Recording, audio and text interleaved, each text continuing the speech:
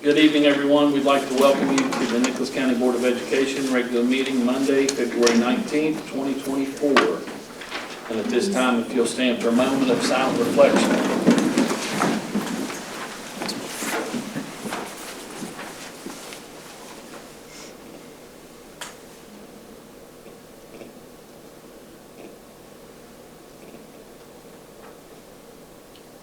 Thank you. Please join the board with the pledge. I pledge allegiance to the flag of the United States of America and to the republic for which it stands, one nation, under God, indivisible, with liberty and justice for all.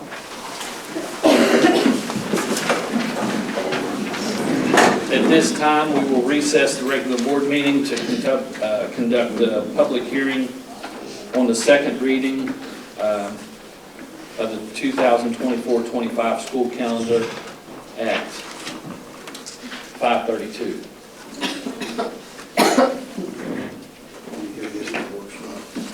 Good evening, everybody. We just want to remind you again of the process we have to go through when we design a school calendar. According to state code, school systems have to have 2 public hearings that describes the calendar and the way it's going to work the following year to our citizens and our employees. We had our first hearing 2 weeks ago tonight, and tonight's our second hearing. And also during that time, you have to seek public input, which we did through our Facebook page. We sent it out on an example of our calendar and the explanation of how that calendar would work. A week or so ago, 2 weeks ago, we got those responses back, and I put on our Facebook page that I would respond to those after I got a chance to review them, which I did this past weekend. I placed the explanations of why we made the decisions we made for our calendar and put those out. And I think there was like 22 shares, but only 4 comments on it. None of the comments was really anything critical or in any other way. Most of the complaints we got about the calendar was starting school alone.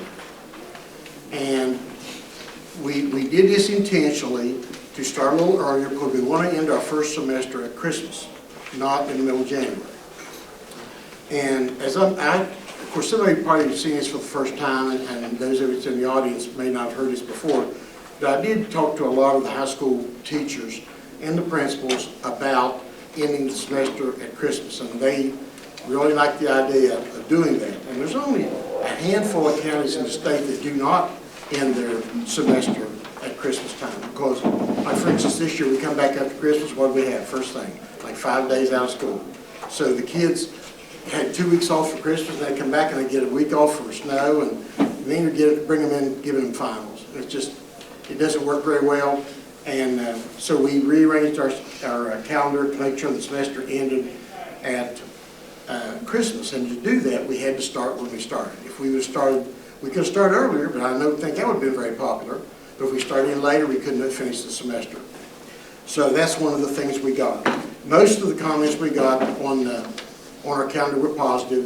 They looked fine. Of course, you're never going to please everybody. You know, some of them want to start after Labor Day and finish at Memorial Day, and you can do that. But the only way you can do that is not have things like Thanksgiving break, Christmas break, Easter break. You know, we all need those breaks. The kids need it, the employees need it, and families plan things during those vacation times. So that's the reason we set the dates that we did. We're going to put it up on the screen here in just a second. We did, after the first meeting, made 3 changes to our calendar. The description, the highlights are pretty much the same on the left as they were before, but I will point out the differences in what we did. Actually made one of them this morning. I got to looking at our February meeting and made a change there. But what we did is on our calendar, we didn't make any changes on the first semester at all, but the second semester we moved our Faculty Senate Professional Learning Day from Wednesday, looks like maybe in the 19th, to, that's much better. We moved it from the Wednesday the 19th to Monday the 17th, and that's because that's President's Day. And we do know there's a lot of people that are off for President's Day. So this gives us a chance, the students get that day, the employees don't get it, but the students will get that long weekend there. The other thing we did, we moved our Easter break. I thought that was a very valid concern people had. Easter break was going to be the week after Easter. We moved it back to the week before Easter. So it gives you a little bit longer between the spring break and the end of school, and a little bit less time from all this weather we have to a chance to have a break. So our break will be in the middle of April instead of towards the end. The other change we made was a graduation. We had them both set up for the 22nd because I didn't think I could move it back a day. One of the things you have to follow in code is you cannot have your graduation more than 5 days, school days, prior to the end of school. So you can't just set that anywhere you want to set it. But I did try it, and it did work. So we have Richwood High School with graduation on Wednesday the 21st, and Nix County High School on Thursday the 22nd. A lot of parents plan things over Memorial Day weekend. They have family coming in, or they want to go to the beach, or whatever it is they want. So this will not interfere with their plans for Memorial Weekend, and it gives it, we can still get it inside of our calendar and finish it up through the middle of the week, and then people can take their long weekends after that if they'd like to. Those are the only 3 changes we made to the calendar. So, first day for school for employees will be August 12th. The first day for students is August the 19th. The semester ends on the 23rd. We have spring break the 14th through the 18th, and then we finish up the last day for students is the 28th of May. Now, of course, the end of school always can change depending on how many snow days you get. If you end up more than 10 snow days, then you have to make them up. This year so far we're at 7, so we have 3 days yet to work with, and so we're praying not to get any more big snows. But if we do, then we have to make those up starting with our OS days, which are these in pink, or what you're going to call these. That would be the first day we'd make up, and so forth and so on. You slide your calendar back if you don't need those days. Now, at our next meeting, I have prepared, the schools have already prepared me, or prepared for me, their NTID applications. What that is the applications that schools turn in to show us how they're going to assign student work for 5 of the snow days. The first 5 days we miss in a year with weather, we don't have to make up. They're built into our calendar, in our schedule. We have enough minutes in our day where we don't have to make those days up. The next 5 are the snow packet days, or that's what we call them, but some schools use different methods of providing instruction rather than snow packets. But for those 5 days, we have to turn in an application. It's called a non-traditional instructional day packet. We send that on to the State Department. I finished it actually today, but it was too late to get it on the board agenda, so it'll be on the March 4th board agenda. But then after the board approves the calendar tonight, hopefully they'll approve the calendar tonight, and then on the next board meeting, they approve the NTID application. We'll send those on to the State Department, and then they'll approve those, and we'll be ready to we can get those out to people. They can plan their vacations and all those kind of things as far in advance as possible we can. But that's our school calendar. See if there's anything else I wanted to touch on. Oh yes, big issue. I told you all at the beginning that the people who did complain about the calendar was starting early, and I get it. But there is a bill in the legislature right now. I'm not sure where it is. I'm not sure it's passed either of the houses yet, but I know it's out there, that would require schools not to start until after the 1st of September and have to finish in Memorial Day. And that all sounds great, but if you still require the 180 days, if you take a calendar, you start counting 180 school days, you'll see what that does. It really cramps you in trying to get all those days in. You can't get days off for hardly anything. So it's good in some way until you have to have those days you have to make up. It's not so good there after that. But that's something, if the legislature determines that and they maintain the 180-day requirement, which I don't see them ever changing, then that's it's kind of good news and bad news. Good news, you start later. Bad news, you may be going to middle of June. So with no breaks. Now, when I say no breaks, we would still be able to work in for Easter, probably a Friday, or maybe a Friday to Monday.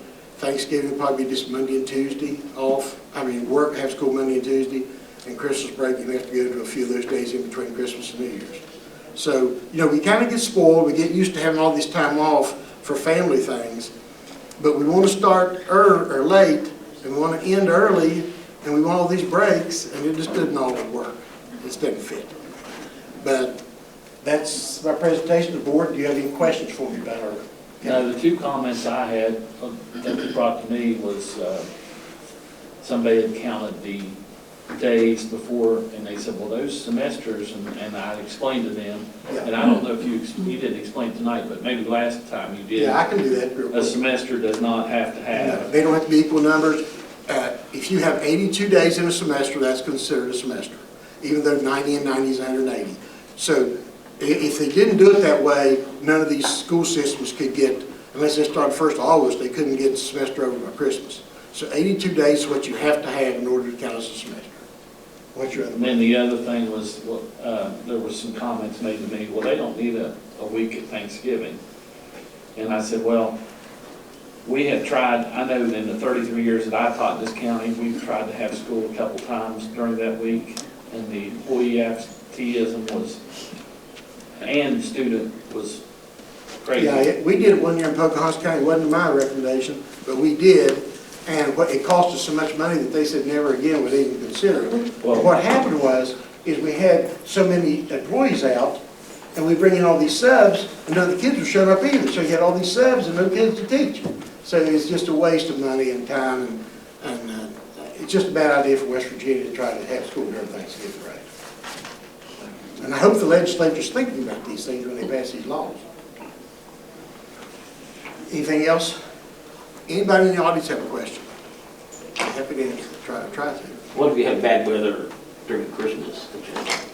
Those days are out of the calendar, so they don't count in either way during Christmas break. All these days. Bad weather during the finals week before Christmas, you have to. Yeah, that's a good question. If the semester's going to end here, and you get this week of snow, which we can get in December, then obviously the only option the high schools will have is to give it when they come back. But the semester itself still ends that day. Because chances are you're not going to have more than 10 snow days before then, so those days will count anyway as instruction.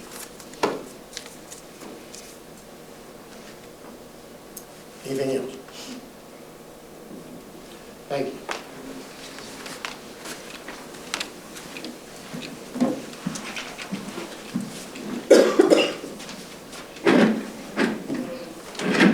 Okay, we will continue our board meeting from today at 5:44.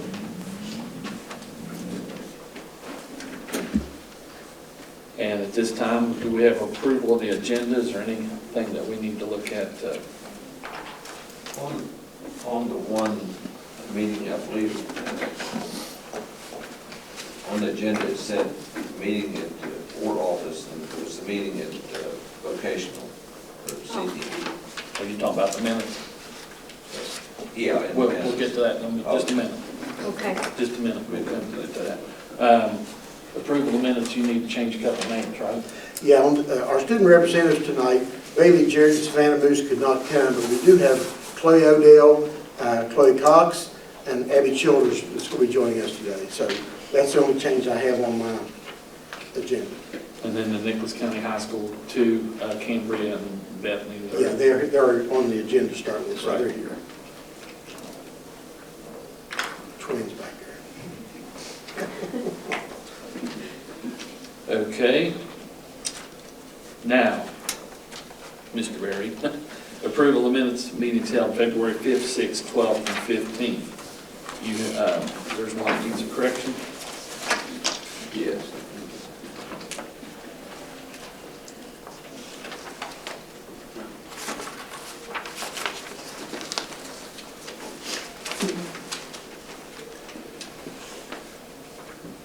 It was just, I don't know if it needs to be changed, said following meetings will be,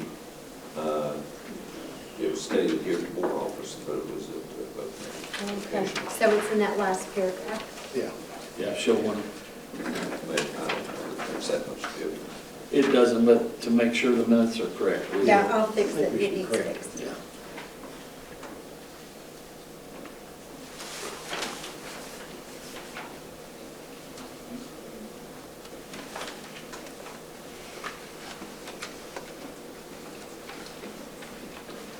All right, do we have a motion? Is Mr. Ferguson on there?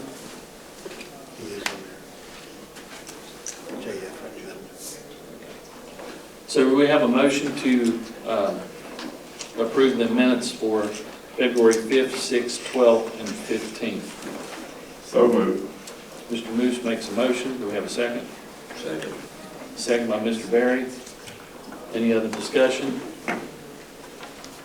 All in favor? Aye.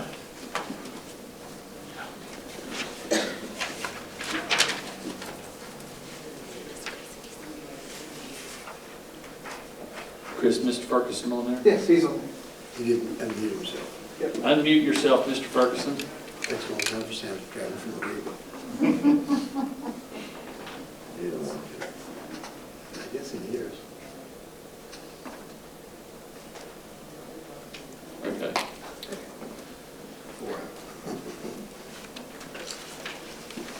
So next we have student representatives, and like Mr. Beam said, we have Chloe Odell and Abby Childers from Ridgewood High School to speak to us about Ridgewood High School. She's up next, right? You're going to do your separate? Yeah. Okay. We won't forget her. We've been trying to get here for 6 months, you're not going to get her now. Good evening. Deer Up has held 2 FAFSA workshops and has a 3rd scheduled tomorrow. These workshops have been very successful, helping about 25 families complete the application. We have also had about 10 more students to receive assistance individually. We hope tomorrow's workshop will help even more students. The Lumberjack Express will be visited by Congresswoman Carol Miller tomorrow at around 10 o'clock. She will be honoring the band for their tree lighting performance in November at the Capitol building. The presentation should be brief due to a tight schedule for the Congresswoman. The Lady Jacks basketball team will be traveling to Greenbrier West High School tomorrow evening for a sectional play. The Lumberjack boys basketball team is playing their last home game this evening at the Red Gym in Ridgewood. We want to wish them good luck against Meadowbridge. Our athletic department is doing a big fundraiser selling discount cards. We would like to thank all of the local businesses that partnered with us for this first-time fundraiser. Without them, it would not be possible. The RHS chapter of National Honor Society will be holding a blood drive in the multi-purpose room at RHS on March 1st. We host a blood drive each year and welcome the public to donate. National Honor Society members are eligible for scholarship money when 30 or more units of blood are collected yearly. We welcome everyone to come out and save a life. Thank you. Thank you, girls.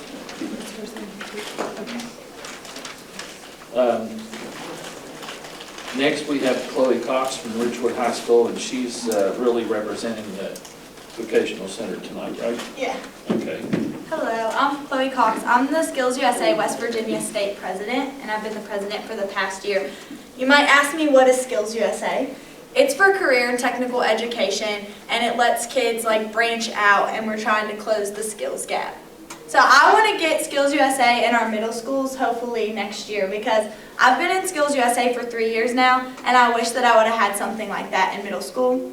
It has truly allowed me, I'm not saying that I was immature 3 years ago, but I was a little bit immature, and it helped me grow up, and it helped me branch out and become a leader. And I've learned how to have amazing public speaking skills because I have to talk in front of a lot of people and teach a lot of classes.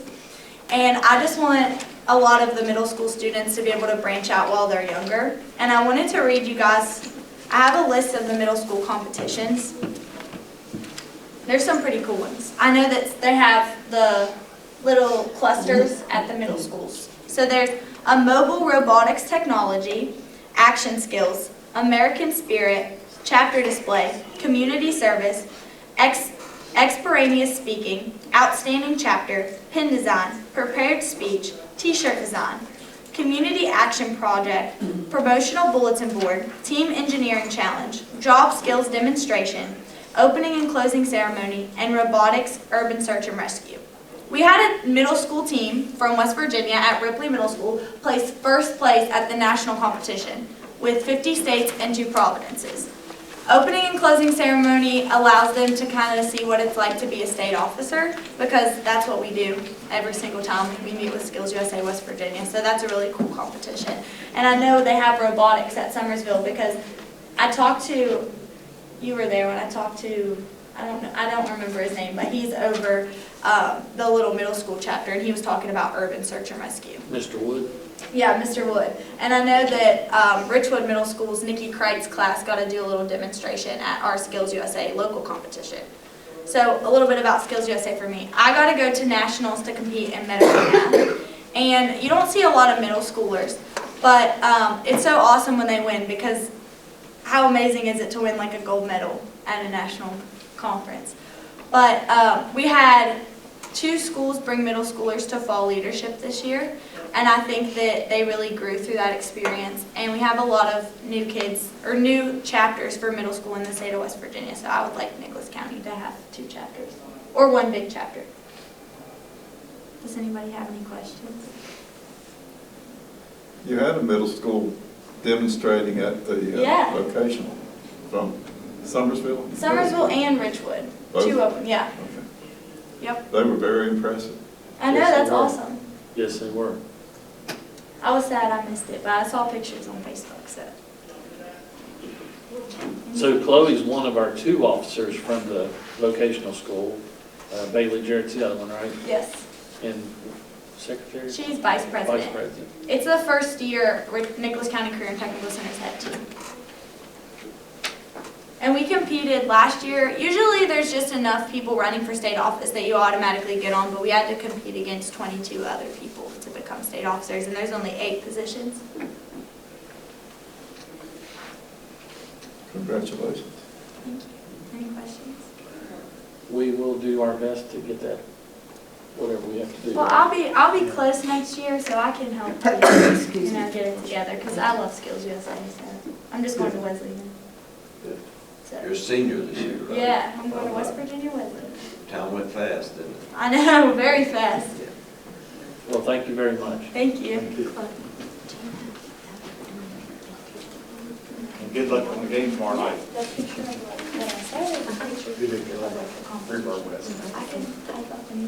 So next, we have Cambria Neal and Bethany Butcher from Nicholas County High School.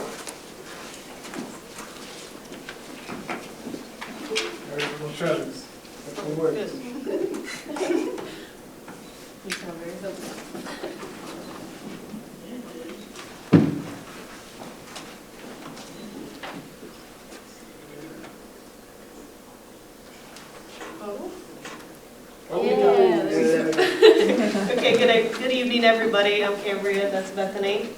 And I'm going to start off talking about student council, which I'm the president of student council, so I kind of oversee all of this. I schedule the events. I call all the elementary schools.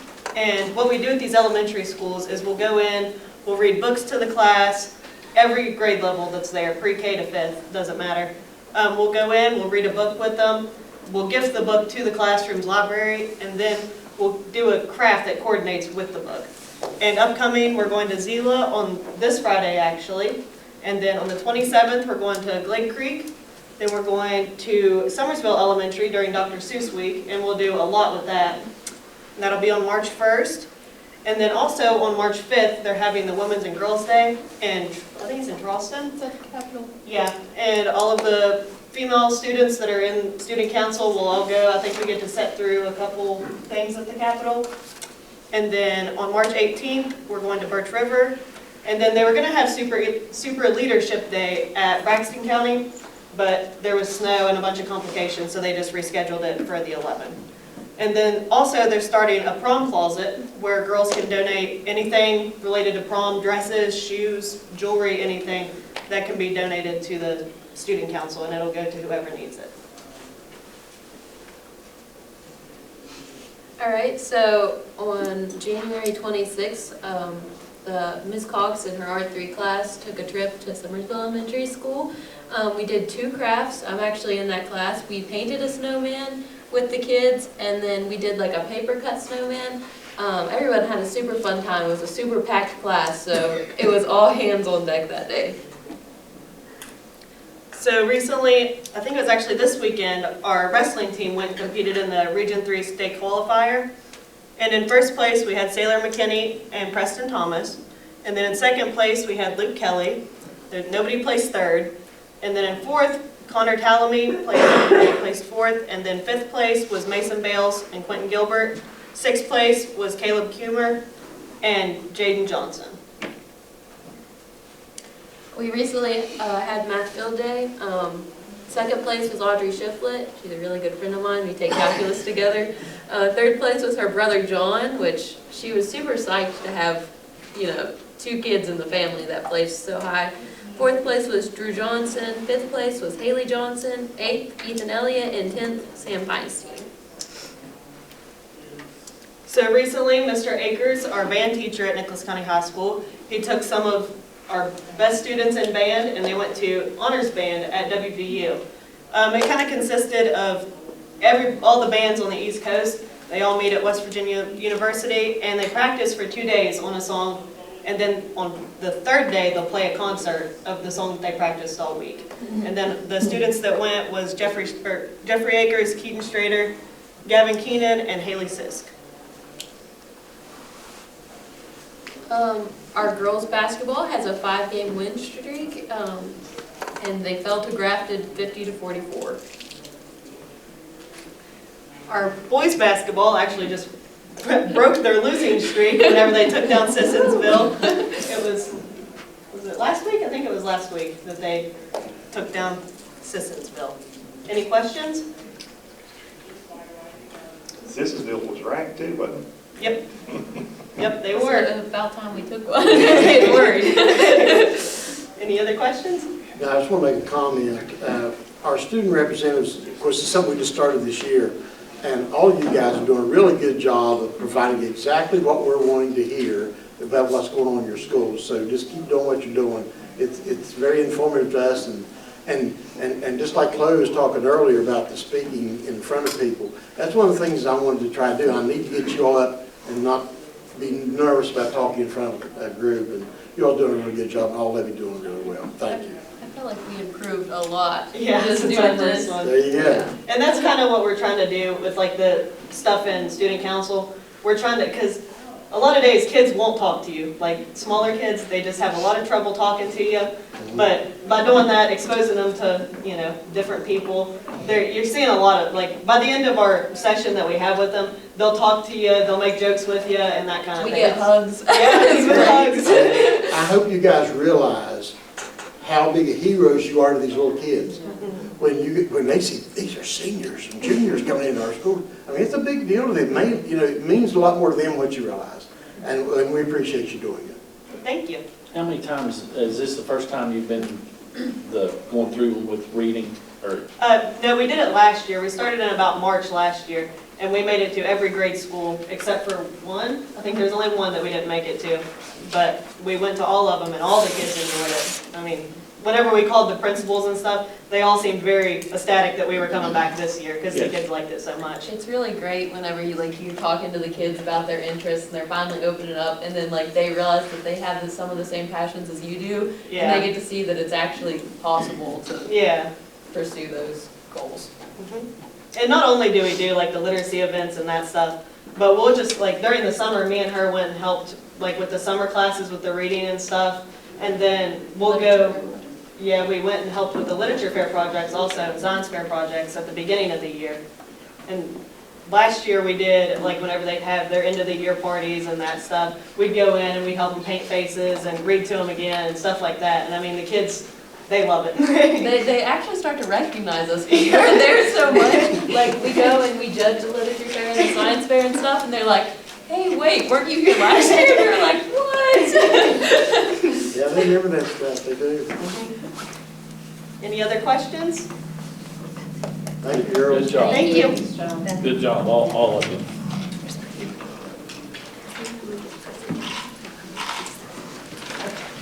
So, Mr. Ferguson texted me and, I saw him in the doorway there. Oh, no. So he can hear us, but it won't let him unmute to respond. so he's gonna text me when we vote. So that's why I'm on my phone. I want to know how you're going to vote, that's it.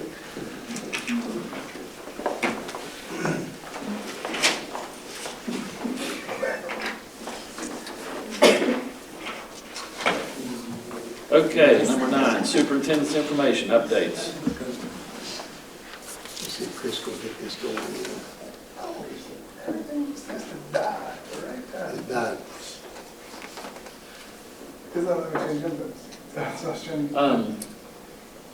So I know it says school board reports on here, but do you think when the State Department looks at this, that they'll know that that's covering? Well, they look at our minutes, and our minutes describe all the stuff we're doing. Okay, Yeah, they don't look at the agendas, they look at the minutes. I'm uploading those board reports with the minutes. okay, I got you. I'll go ahead with my report, and if we get this up, I'll be able to use that page. If not, I can do it verbally. This week, I will complete my observations of all the elementary schools. I've finished all the observations of every teacher in all the elementary schools except for Gauley River. I have 2 visits there. I have tomorrow and Thursday, and then I'll have all the elementary schools finished. And I'm telling you, I'm seeing some really encouraging things going on in our schools. Being in the classroom around these kids and seeing the teachers work with them, you know, in any time that you pick out somebody to kind of bring attention to, or bragging on them, whatever, then it's kind of a touchy thing, because then people say, why didn't you say something about me? You know, but 2 particular teachers I was in to see the last week, I feel obligated to bring their names to the attention of the public.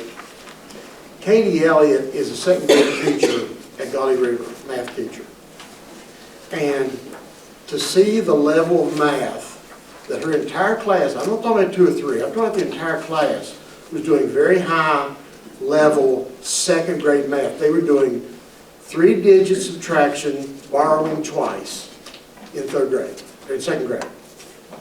And they're all doing it. I only, you know, she'd pick out kids and neighbors from all over the room, raise their hand, want to answer a question, and they were just amazing. And so, actually, this happened before our last board meeting, and I neglected to bring Katie's name to the attention last time, but I made myself a note so I would not forget this time. But she's doing a bang-up job at Gauley River. And the other teacher I went to see this week, or last week, this is Monday, last week, was a 1st grade teacher at Summersville Elementary School. Her name is Christina Phillips. She had 25 1st graders. And she had 1 substitute aide that day, who was a substitute. You could tell she wasn't too involved in the class. She's just learning, and I get it. But what was amazing was Christina would bring up 1 child at her desk to work with, and the other 24 did not need supervised. They were on task, working in small groups. I mean, I can't imagine putting 6-year-olds together and expecting them to stay on task. I was in the classroom about a half an hour, and they stayed on task the whole time working. She'd bring up another child. And I walked up to the end of the class, I said, how do you do that? And she said, high expectations. She said, I tell them the very first of school, I get it into their heads for the first week, this is the way we're going to behave, and this is the way we're going to have a class, and it works very well. So I wanted to point out those 2 people, and I'll continue to do that as I go into classrooms. Again, I've seen a lot of good instruction. I've been really pleased, and I've shared it with some of my principals too. We've got some principals out there that's knocking it out of the park too, and I'll tell you that. But when I see something that's just kind of special, I want to point it out to you all. So that's one part. Now, are we ready, Chris? Yeah. All right, let me just kind of give it a little bit of a lead in here. We had a work session last week, and we have to, at some point, make a decision on what the name of our new school is going to be. And one of the things we talked about in some of our work sessions and our meetings with the facilities people is that we're going to have 2 separate entrances into the building. And I think Chris Campbell's going to show that to us later on tonight from ZMM. But one of the entrances, we're going to have a sign built that says Summersville Elementary School. We're going to have another entrance that says Summersville Middle School, but then we need a name of the school. So what we've done is we come up, in our work session, we come up with some different names that will be on the screen here. These are the 4 names that we are considering for the new building. We're going to put this out on Facebook for a week and give people an opportunity to respond and give their opinions on those names. Now, if we just opened it up to have people suggest names, we'd have 50 names to pick from. So these are the names we came up with, and I'll read them off for those of you who can't see it, or if you're, or whatever. Summersville Academic Center at Glade Creek, Summersville Academic Complex, Summersville Learning Center, or Summersville Elementary Middle School. Those are the 4 choices. So we would like, we'll put this out on Facebook tomorrow, we'll run it for a week, and I've asked Chris Henshaw, when he puts this out, is to have people put their names on it, where they live. Look, I mean, we want input from everybody, but the people who have kids going to those schools, we really want to hear what you have to say about which selection you like the best. We really want to keep the identity of Summersville Elementary and Summersville Middle School. You know, we couldn't have Glade Creek as part of the name, so we added it as the location at Glade Creek in one of the choices. Now, if the board wants me to tweak any of this stuff before we put it out, I'm more than happy to do that. Those are the ones we kind of came up with last week. But what's your thoughts? And the reason we have to make a selection fairly soon is because our cornerstone is getting ready to be prepared for a May groundbreaking ceremony.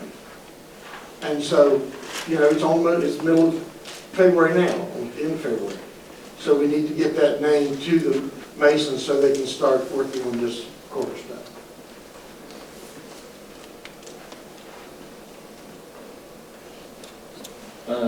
Mr. Ferguson said looks good on the names. It's his comment. Excuse me. Like you said, you can't, if you open it up for just names, it could take 6 months to get this narrowed down. So I think you're going about it the right way. And Summersville Middle School, you know, they lost their school, so personally, I see one that I like, but anyway. Well, I foresee the school colors remaining the gold and blue. I think that's what they want to do. In the facility meetings we've had with those teachers, they've all indicated they want to keep their school colors. The school will still have the latitude to make their decision on a mascot. That's not something we're going to get involved with here. All we want to do is facilitate some comments about the name of the building. And hopefully, by the May 4th board meeting, we'll have a name to present to the board for adoption so we can move forward with that. And Mr. Ferguson said we'll still name the entrances separately. And That is correct. And they would be able to put their mascot on that separate entrance if they choose to, couldn't they? Dave Ferguson and Chris Campbell could do anything. We talked about seeing if the graphic art program Could design something, which would be really cool. And it would actually be nice if the signs at each school, if the graphic arts program would want to update those a little bit, you know. Yeah, they can make them look really cool. They're kind of simple. They can make them really nice. And that's all I have.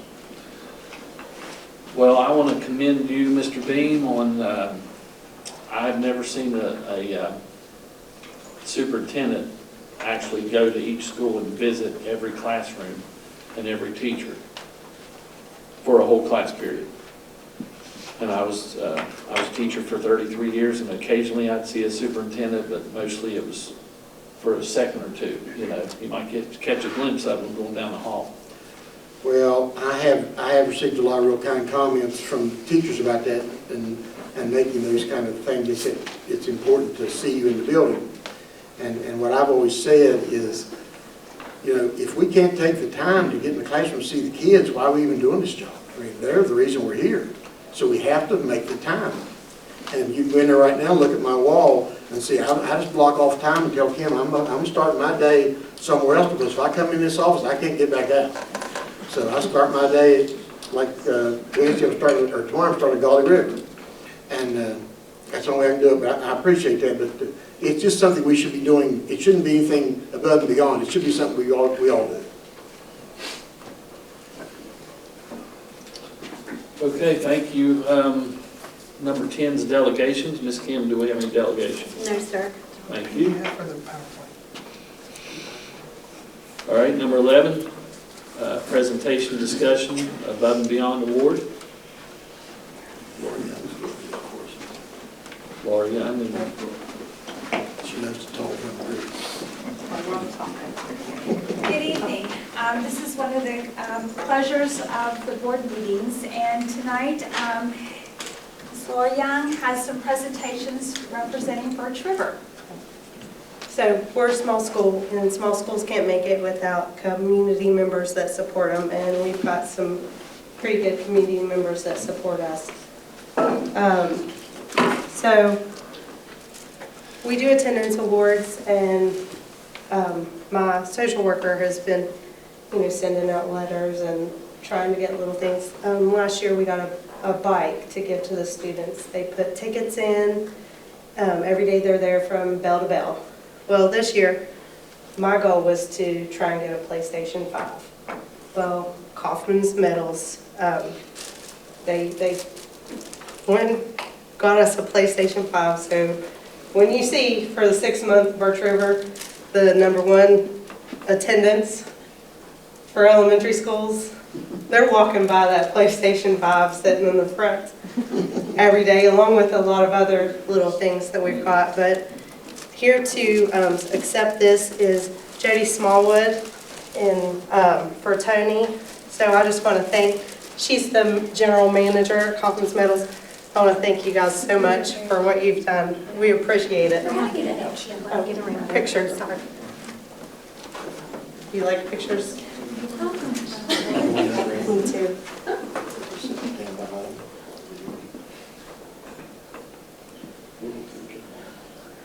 Okay. Are you guys going to stand up? we'll get them all. We'll get them all Oh, at okay. one time, Okay. so y'all can't leave yet. Okay. I got it. Thank you.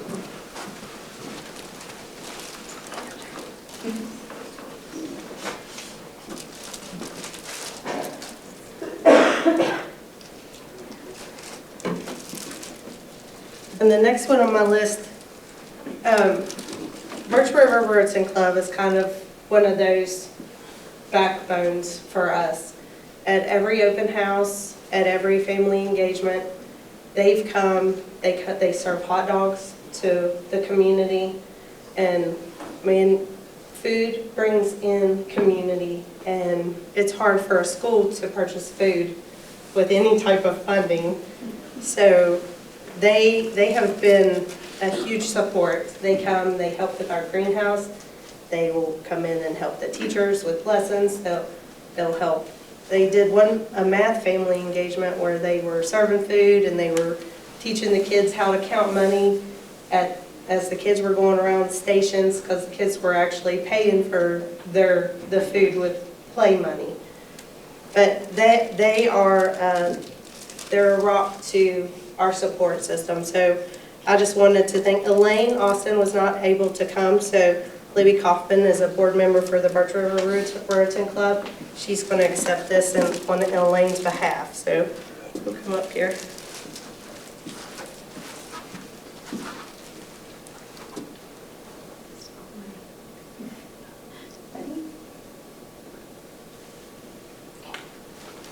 Thank you, guys.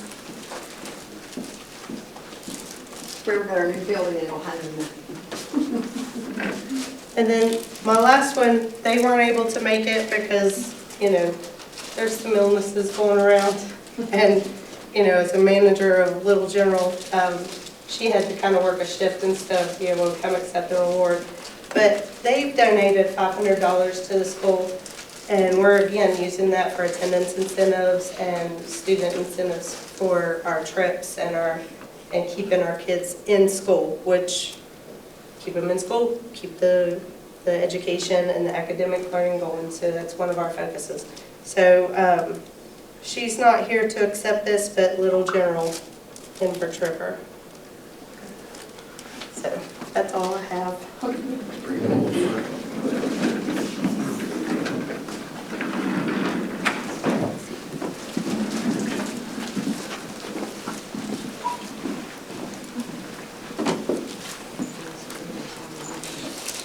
I don't know where I'm supposed to be. Yeah, we're gonna have to. You're important, we're not. We're going up first. You're the important one, still up there.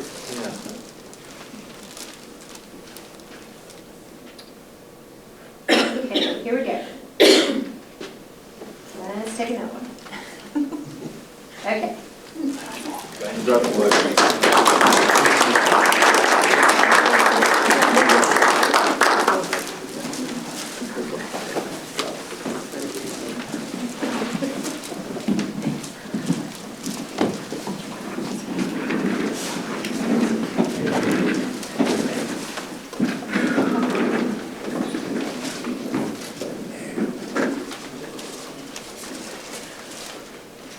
Okay, next under presentation discussion is ZMM design presentation.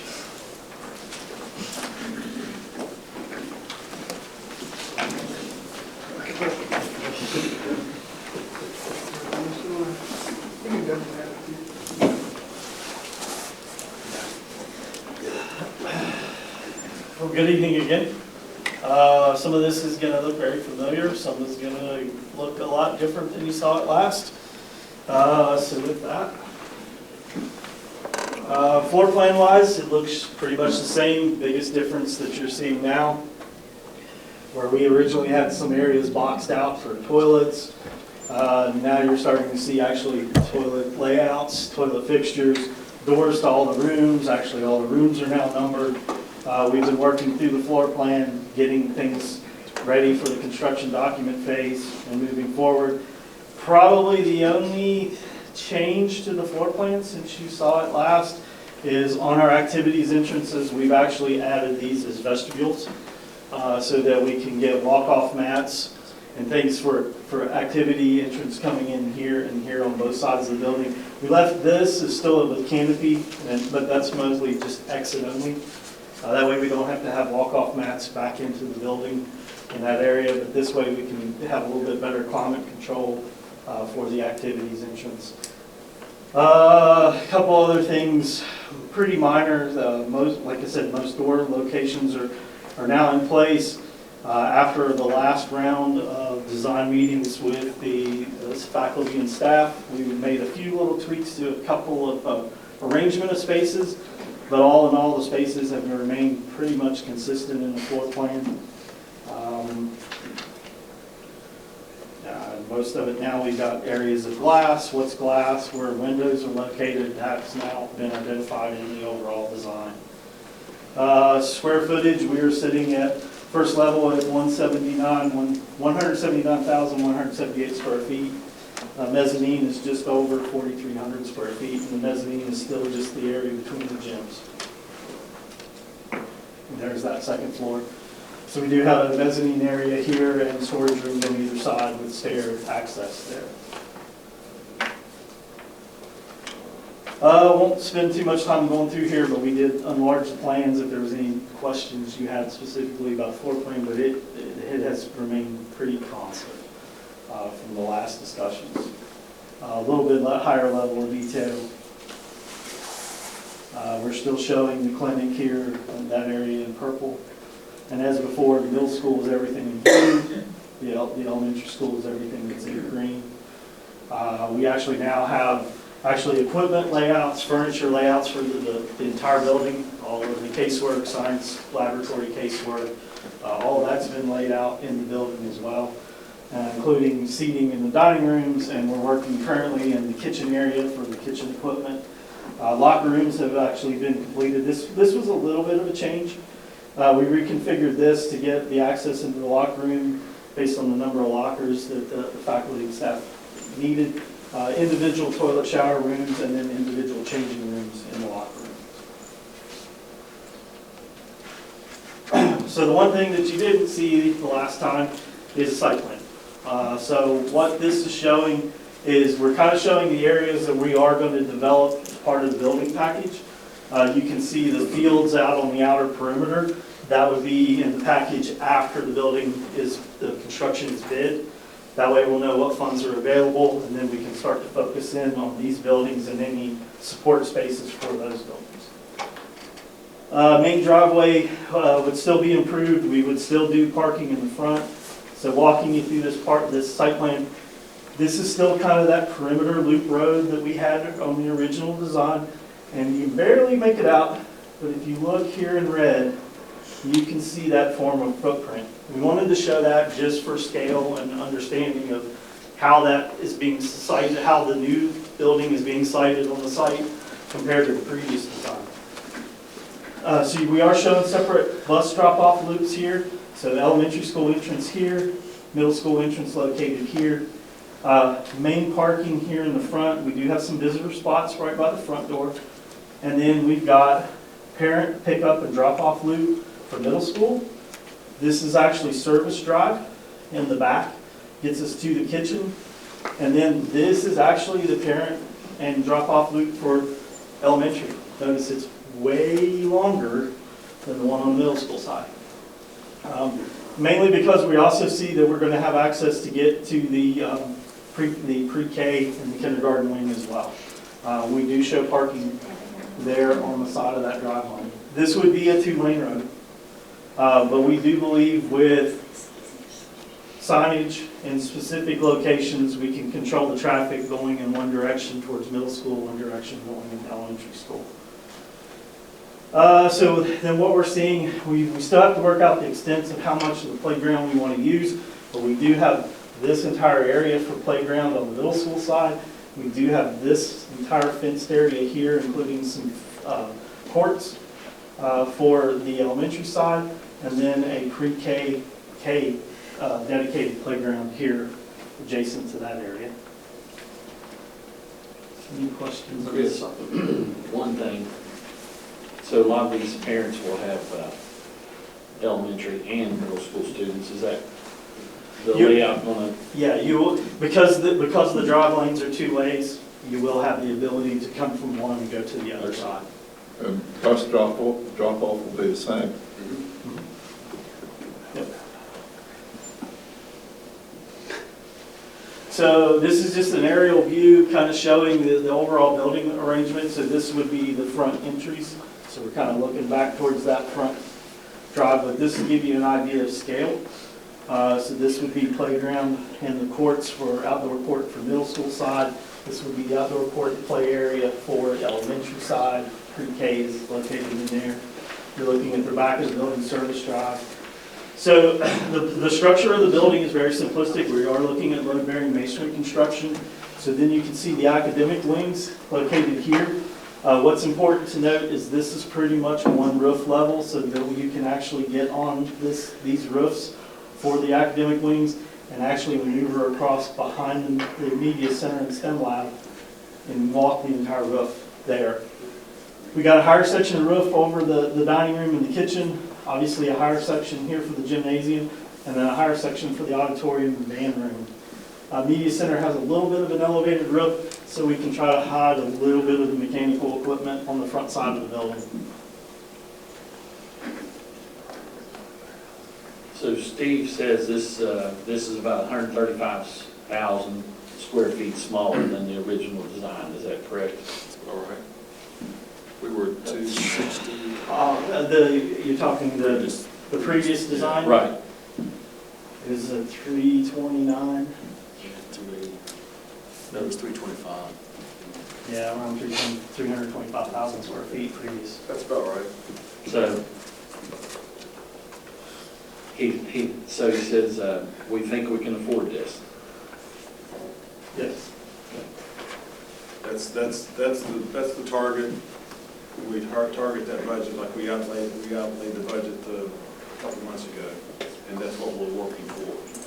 You'll see that we designed the building very simple, so to construct, and that's a big issue. It's what we want. We want to build it.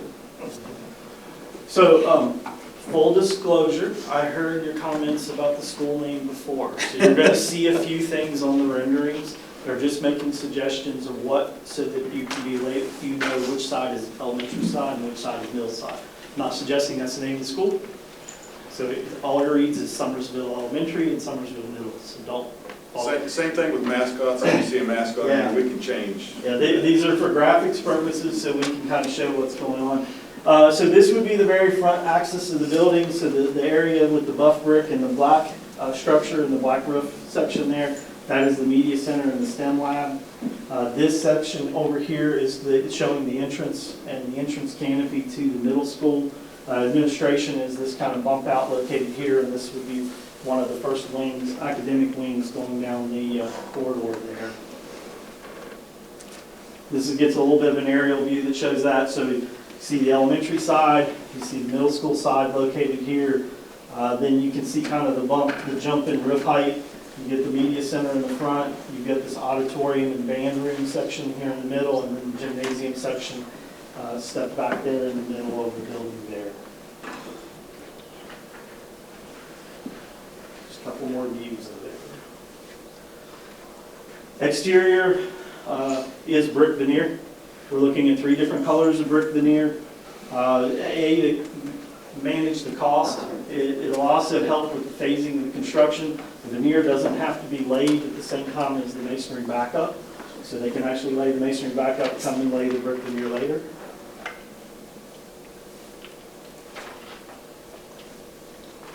All right. First I hit it. Just right. We are looking at steel structure for these entrances. We're looking at a steel exposed structure, wood decking underneath that, and then a kind of a copper colored looking metal roof. And then that structure you'll see actually extends into the lobbies.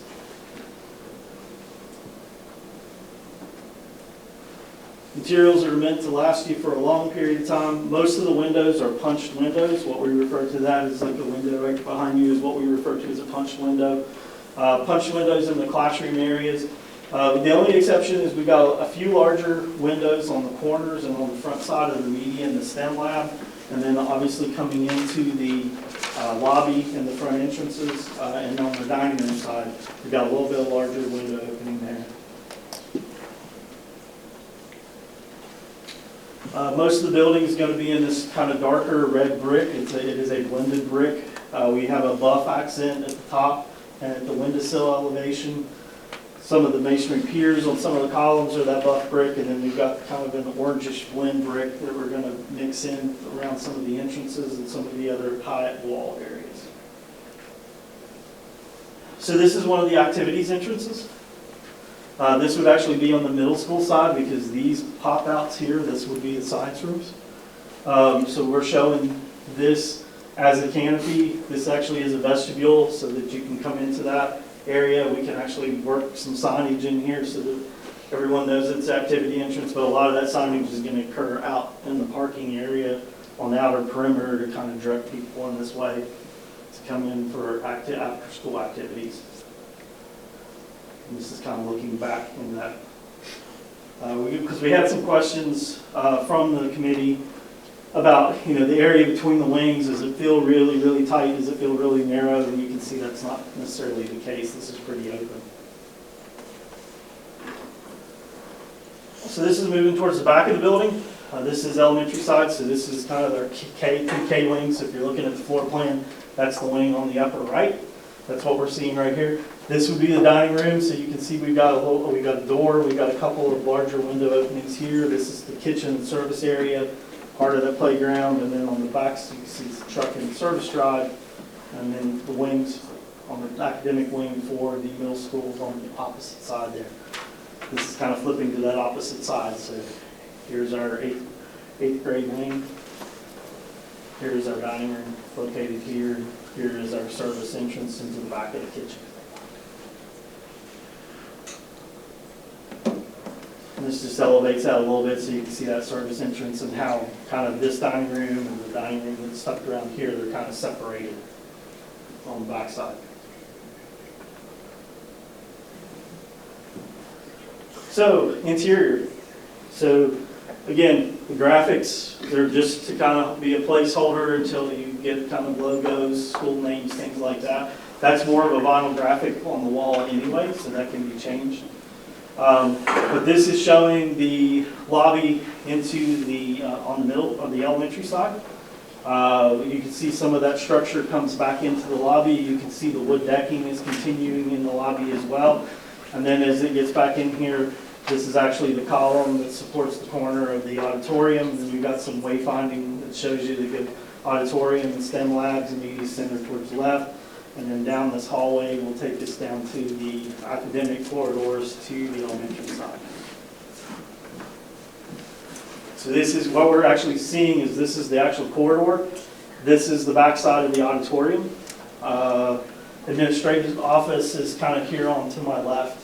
And if I were to go towards the media and the STEM room, I'm going down this corridor here. This is showing that we're bringing some of that outside in. We talked about there was a lot of desire to have some nature in here, looking at some ideas of bringing some wood, softening things up, a little bit more of, we talked about wood, whether it needed to be outside the building or inside the building. And for longevity, it needs to be inside the building or at least be wood look appearance. So we've got these kind of creative nooks, things here that this could actually be a breakout area for a classroom. You see some of the clouds here around kind of our top of our, we'll call them our trees.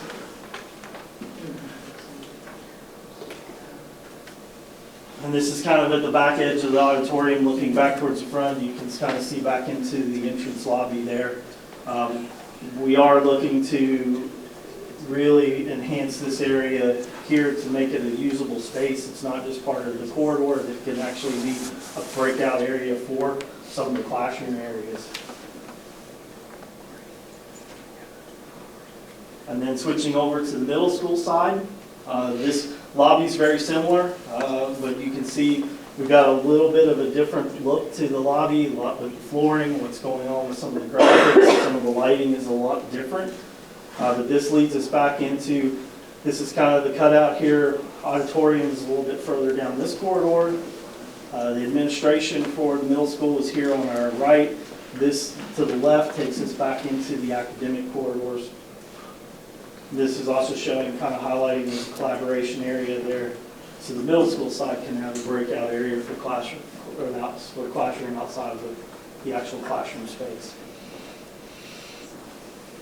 And then you can see, kind of looking down the corridor, you can see this 8-7. We've got the gray markers listed there, just to kind of designate the entrances to each of the academic corridors. Entrances back into the gymnasium are highlighted there with some of that wood ceiling. And then this takes us back towards the STEM lab. So we do have an active area outside of the STEM for students to also, where the STEM activities can come out into the corridor area.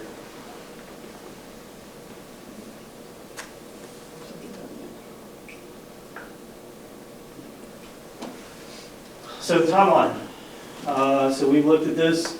We've now made it down to here. We are at the board meeting presentation in red. So what's left? A lot of work on our part.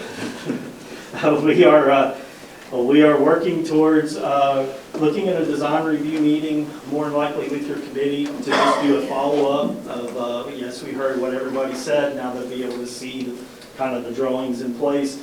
We're going to target that probably closer to the earlier to mid section of March, probably not later than mid-March. And then we'll come back to the board and we'll look at your board calendar. I know that you all have a Tuesday meeting in April, I believe. It's Monday and it's Tuesday. We'll look to see which one makes the most sense. We'll come back and just give you an updated presentation of where things stand. But the target is at the end of April here is the submission to the School Building Authority and Department of Education and the groundbreaking in May.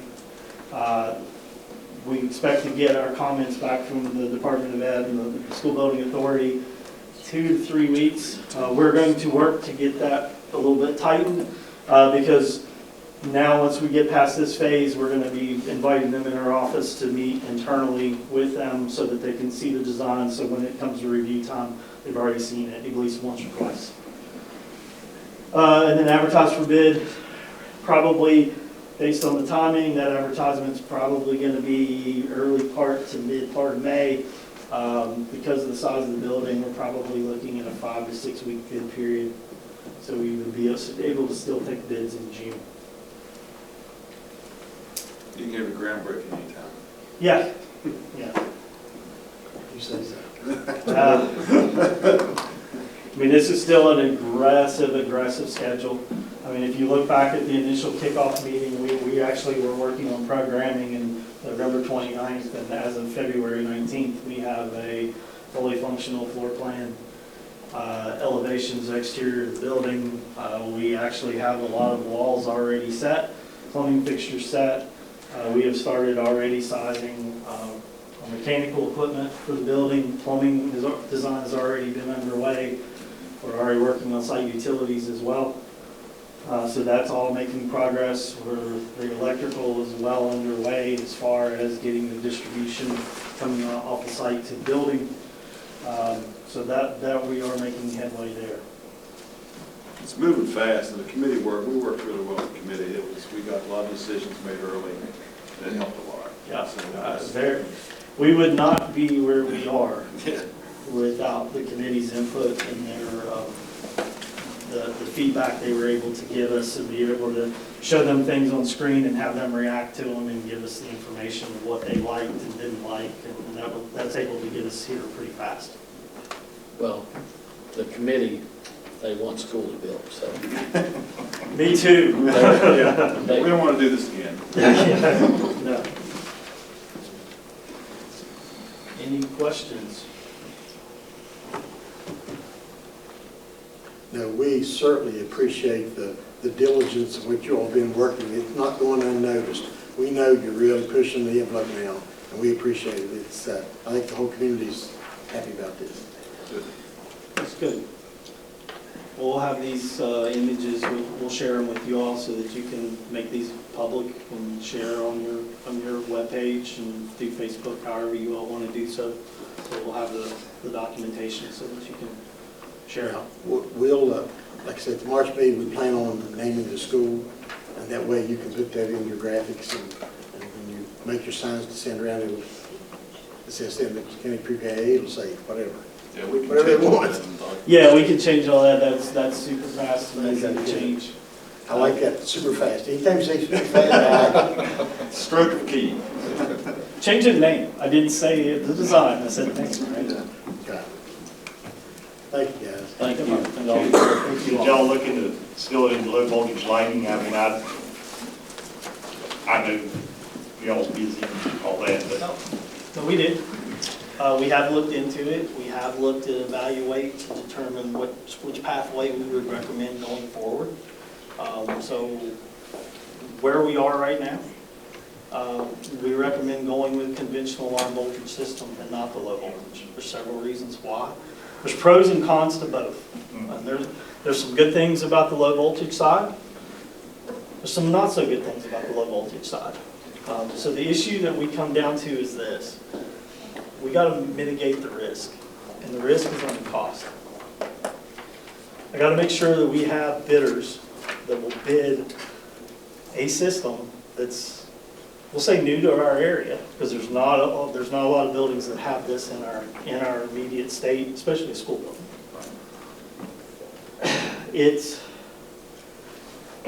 It complicates things when people are not bidding what they're normally used to bidding. We saw it on the previous bid. We didn't get a lot of competition. What I'm going to make sure is we get competition, we get bids. The more bids, the more competition, the better the pricing we get. So the concern that we have is going away from what's been mainstream for decades and decades in school construction in West Virginia. If we steer away from it, the fear is we won't get those competitive bids, or we won't get an apples-to-apples bid, or we'll have some issues. That's the concern.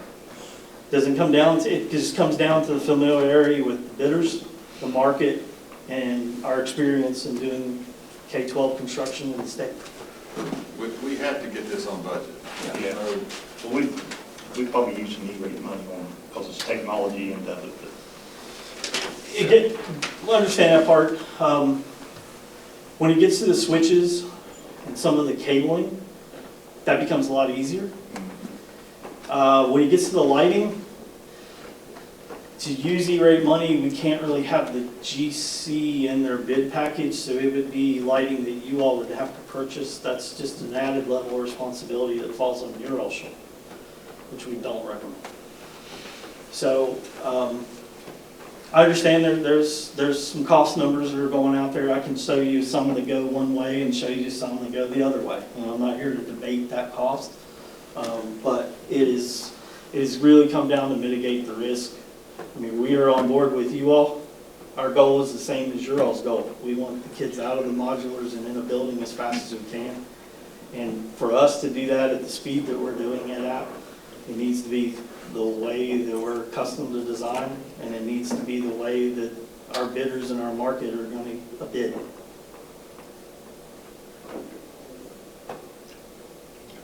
Thank you. Yep. Thank you all.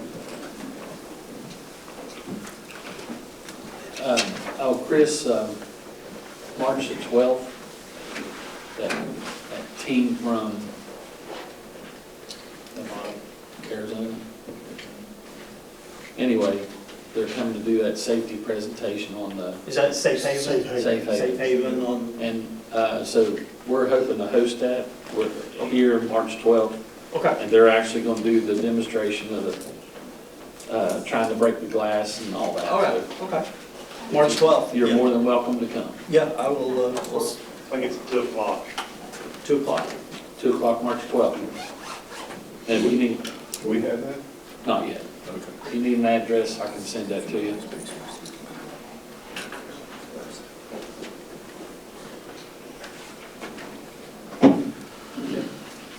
And we'll talk. Thank you. Appreciate that. Y'all be careful. Yep, thank you.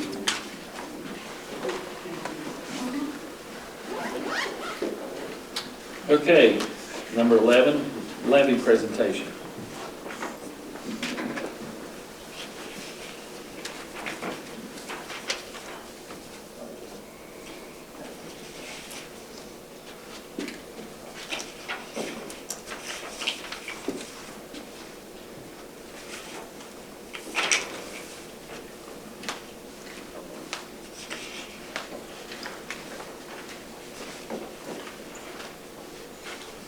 I just wanted to briefly talk about some changes in the excess levy call that we are going to put out to be voted on in the primary election in May. That'll cover fiscal years 2027 to 31. This is a little bit earlier than we normally would put out an excess levy, but due to new rules about having the elections for levies, they need to be held in conjunction with primary or general elections, so we can't have separate elections anymore. So that's why we're choosing to run this in May.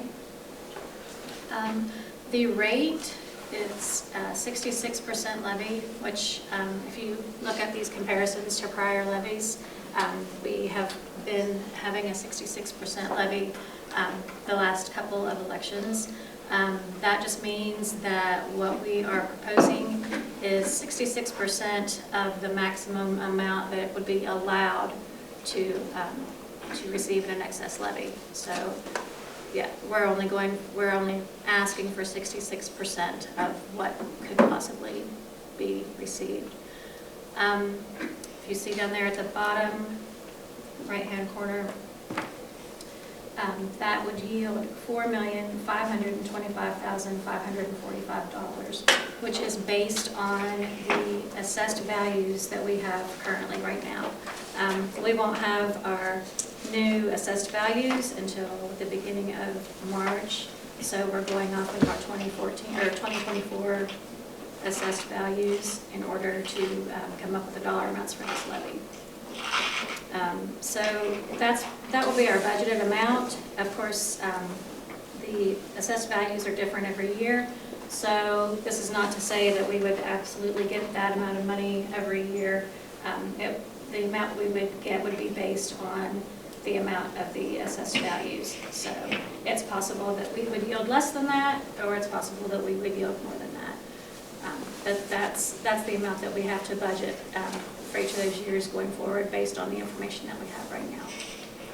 So you can see in yellow there, those are our proposed amounts for this upcoming levy, and the column previous to that is what we have in the levy that we are currently in right now. So what we are hoping to achieve with this is to put more money into safety and security, and we're going to decrease the amount. You see we're highlighted right there, the $75,000. We changed our alternative learning center configuration, so we would not need as much money as we have previously for our ALC program. So with that decrease, we're hoping to increase the amount of money that we have available for safety. Still have money in there. We like to provide breakfast and lunch for all of the students in the county. So that's the $375,000. With the safety and security, there have been several things that have been mentioned that we would like to be able to do. One is access controls for our schools, which would be on the doorways. We would have remote access. Instead of having keys, we would be able to, people might have cards, or they might, they'll have some electronic access instead of using keys, which would be more safe for the children, and we would be able to monitor who goes in and out. I think that Chris already has some ideas in mind for how he would like to see that happen.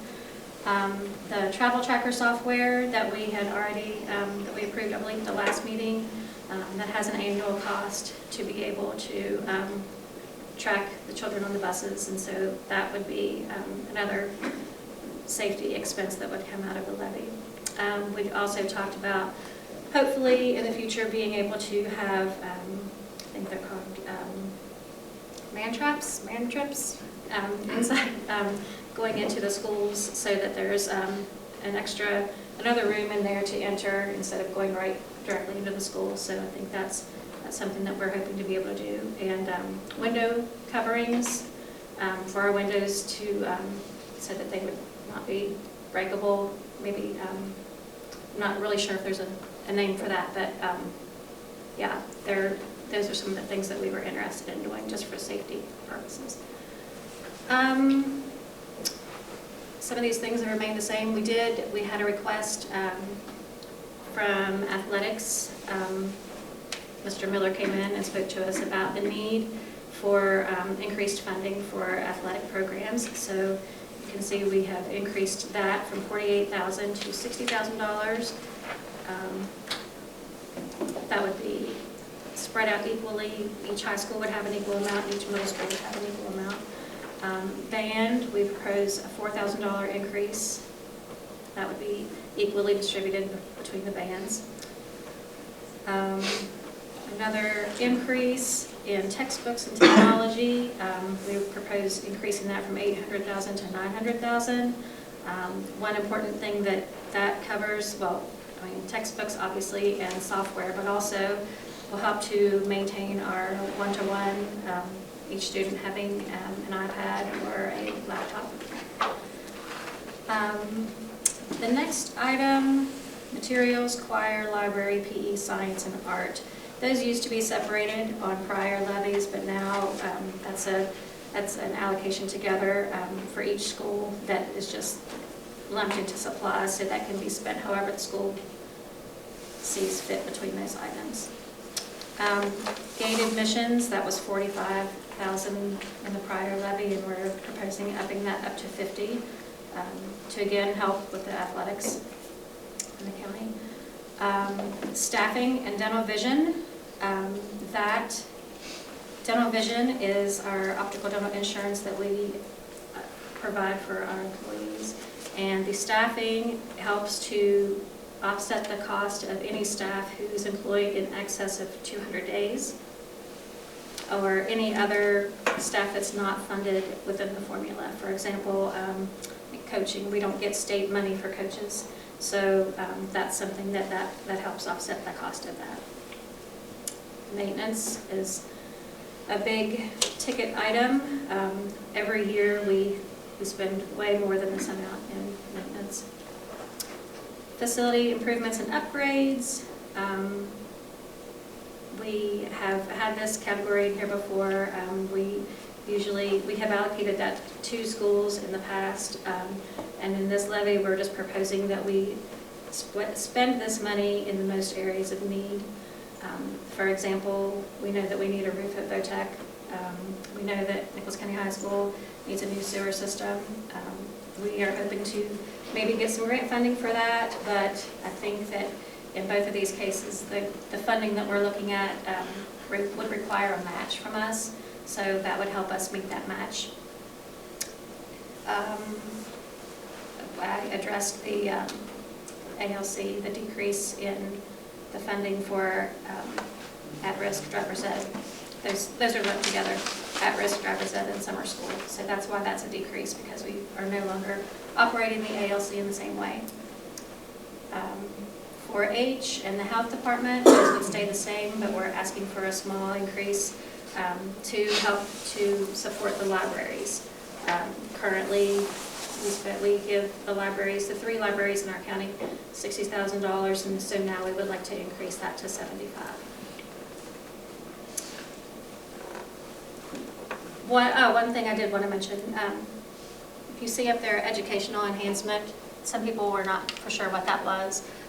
Educational enhancement helps us to be able to provide competitions such as Math Field Day, spelling bees, or a lot of the VOTEC competitions that they do.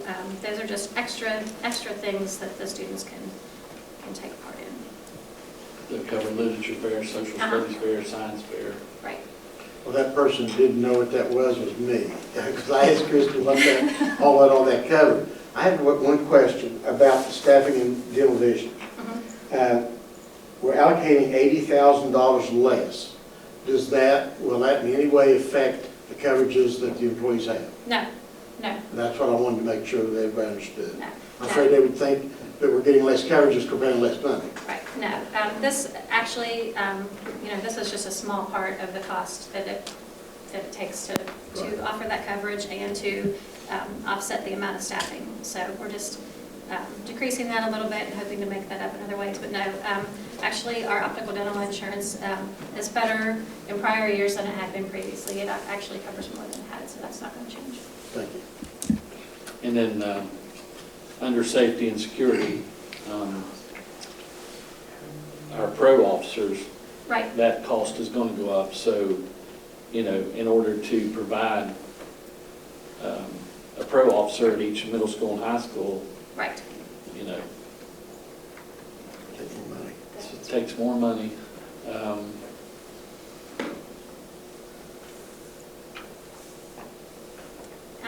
And so, yes, if this levy order is approved this evening, then it will go to the county commission later this week to be approved by them to be able to put on the ballot for the primary election. So once again, this is for fiscal years 27 through 31, a 5-year period. Correct. And Mr. Ferguson, make sure everyone knows this is an annual revenue for the life of 5 years. Right. So that's kind of why I said that.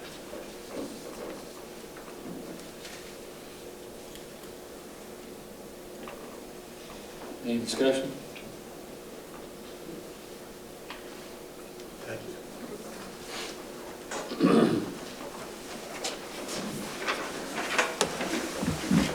you. Okay, action items. Kim had to step out, so I'll jot these. I think we're going to address each one of these separately. I think so. So First of all, action item A, discussion with possible action on the adoption of the excess levy call. Any other discussion on that?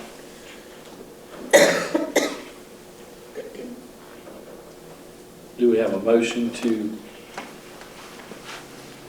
approve the action on the adoption of the excess levy call?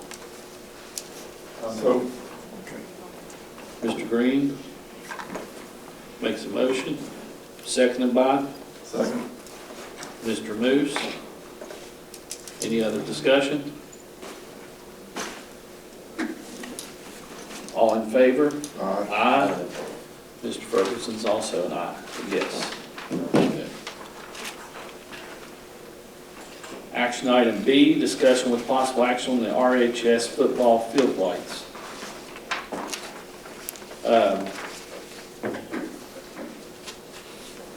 What I think we need to do is, Mr. Stump, I think we need to get an estimate on that. Get an estimate on, Football lights.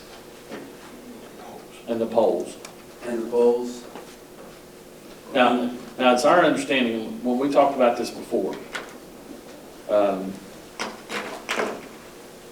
the companies that put these lights up, they don't want to put them on wooden poles, correct? Correct. I know we had somebody look at the poles and they said they thought the poles were solid. Of course, they'd have to be tested. Yep. But most of these companies will not install those lights on those poles, correct? They will not do, they won't do them on the wooden poles, the LED. They won't do LED. I know we've done quite a bit of work to repair what we have, and so that should, I mean, that could potentially get us through for a while, and we can continue just kind of working on them on an as-needed basis until maybe we find funding somewhere, or that was just something I wanted to bring to your all's attention, because it was something that at some point down the road we'll have to do. But you know, we can keep, knowing the poles are in pretty good shape, you know, that buys us some time, I think.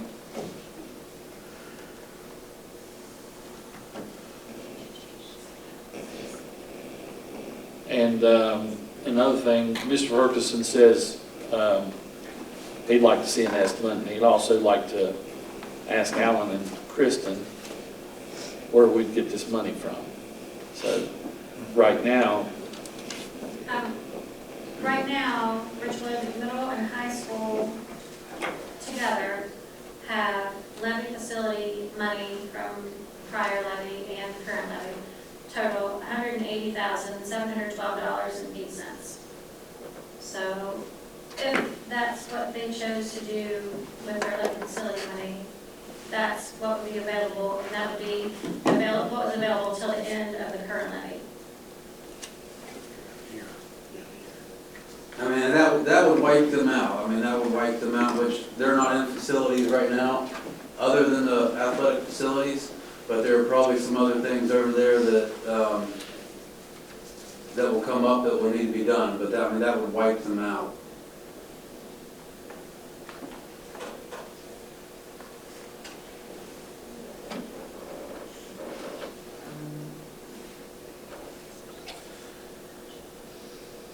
well, I don't think we want to take action on this, but my personal opinion is I think we need a little more information on what you want. Keep looking into it. We got time, as long as the light's working. They're working fine now. We rewired several of the poles, and I think, I mean, so it should get us through. I think it'll get us through. And if the poles are in good shape, that's what I was really concerned about, the poles. Well, I mean, and the light, the wiring, but I think we made it probably enough repairs that'll get us through for a while. Why don't we do this? Why not, you know, I know the power company has, they contract with somebody that tests those poles. They drill them, and I don't know how they test them, but they test them, and then they plug them back Why don't we get those poles tested? So, we did have someone kind of do a preliminary, they said the bases of the poles were good. They're not sure about the tops. It's pretty expensive to rent a lift to get up there, so what we were gonna do the next time we had to do maintenance on the lights, we were gonna once we got that lift, so we could do it all at once, we were gonna have somebody come in and test the tops of the poles. They said a lot of times what you can do is get caps to put on the tops of the poles. We may have to cut a little bit off and lower the lights just maybe a few feet if they're not good on the top. But we could drop the lights a little bit and put caps on it, and that would also extend the life of the poles. And so that would buy us some more time also.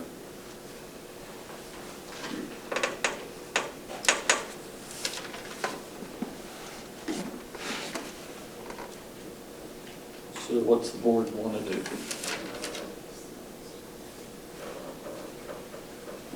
Table until we get further estimates. Well, if we table it, yes, if we table it, we have to take action on it next board meeting. No, I don't. More information. So it might take us I longer. withdraw that motion. Okay, well, it takes longer, it might take us a little longer to get the information. So can you get us a little more information on that? Yeah, how quick would you want it? How quick do you want it?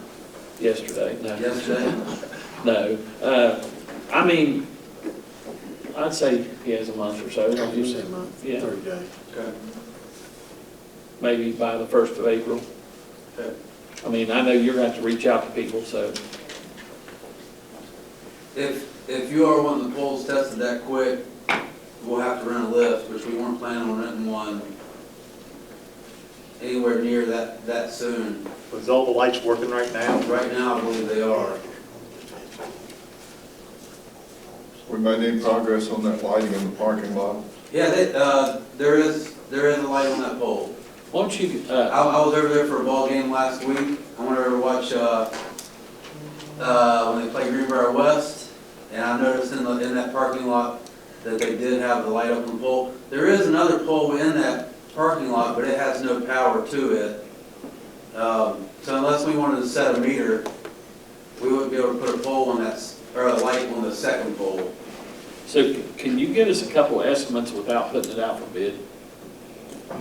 Yeah, I could try to find some names of some other companies to do that, sure. Why don't you get us 2 estimates on, Okay. on replacement? Sure.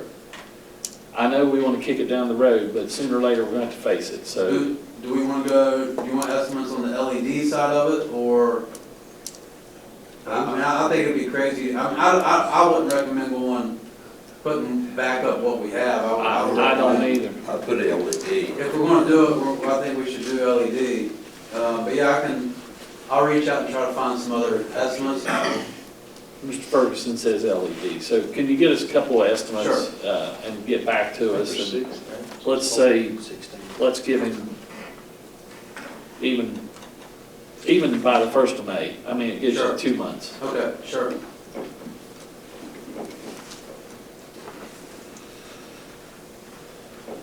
Okay. So Kim, we voted on A.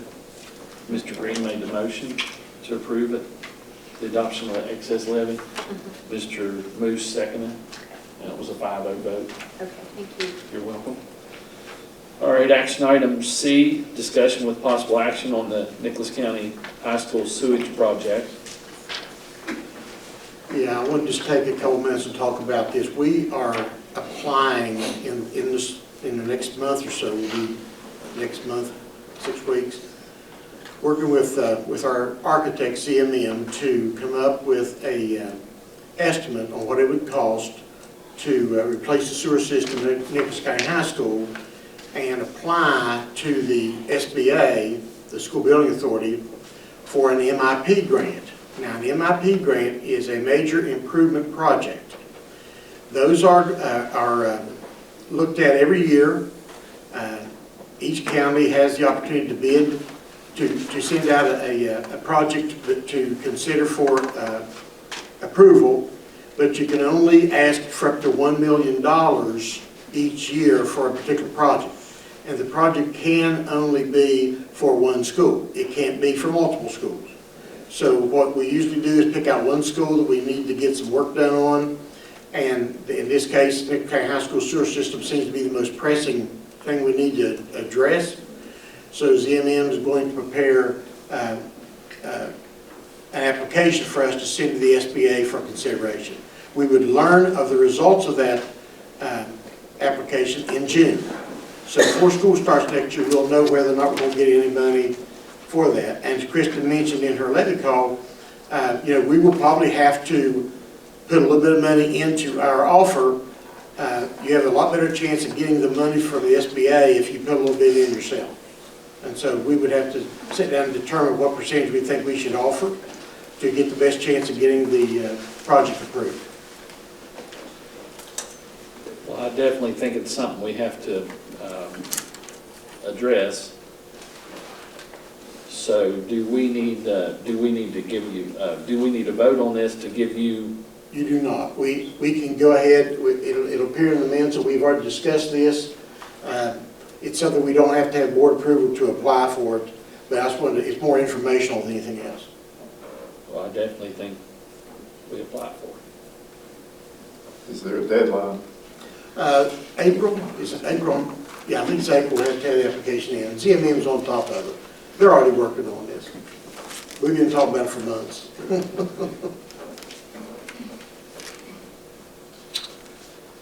Okay, action item, any other discussion on that?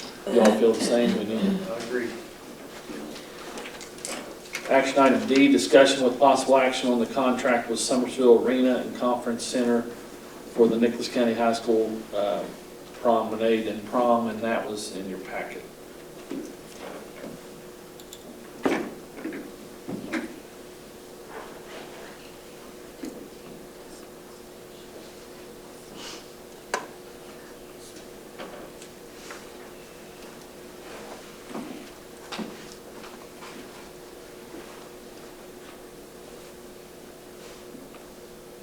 That under contract. Or maybe it was under Kristen. Or is that, am I thinking wrong? Was that it? No, it's D.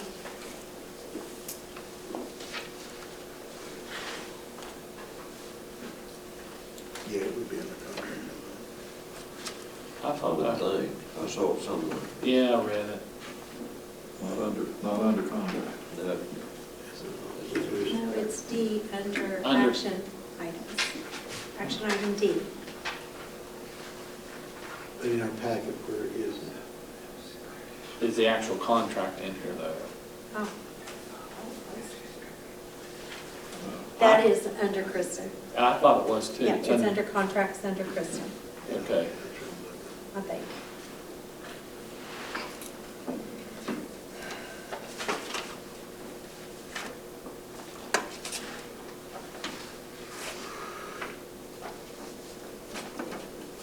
School pays for that, don't they? Yes.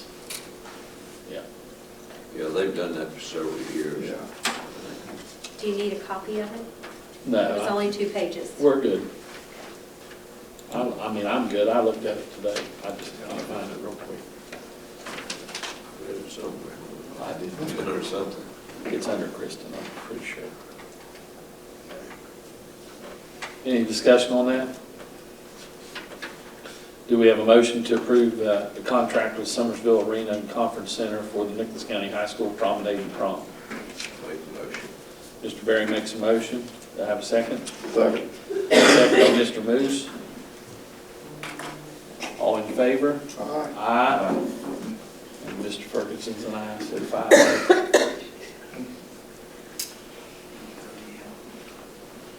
Okay, discussion with possible action on the dual credit MOU with New River Community and Technical College for the AA pathway programs for 24-25 school year. Good evening.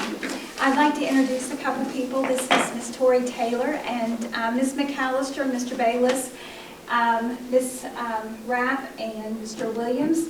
And I have been working since maybe October, November, in order to establish a new AA program for our students to participate in next year.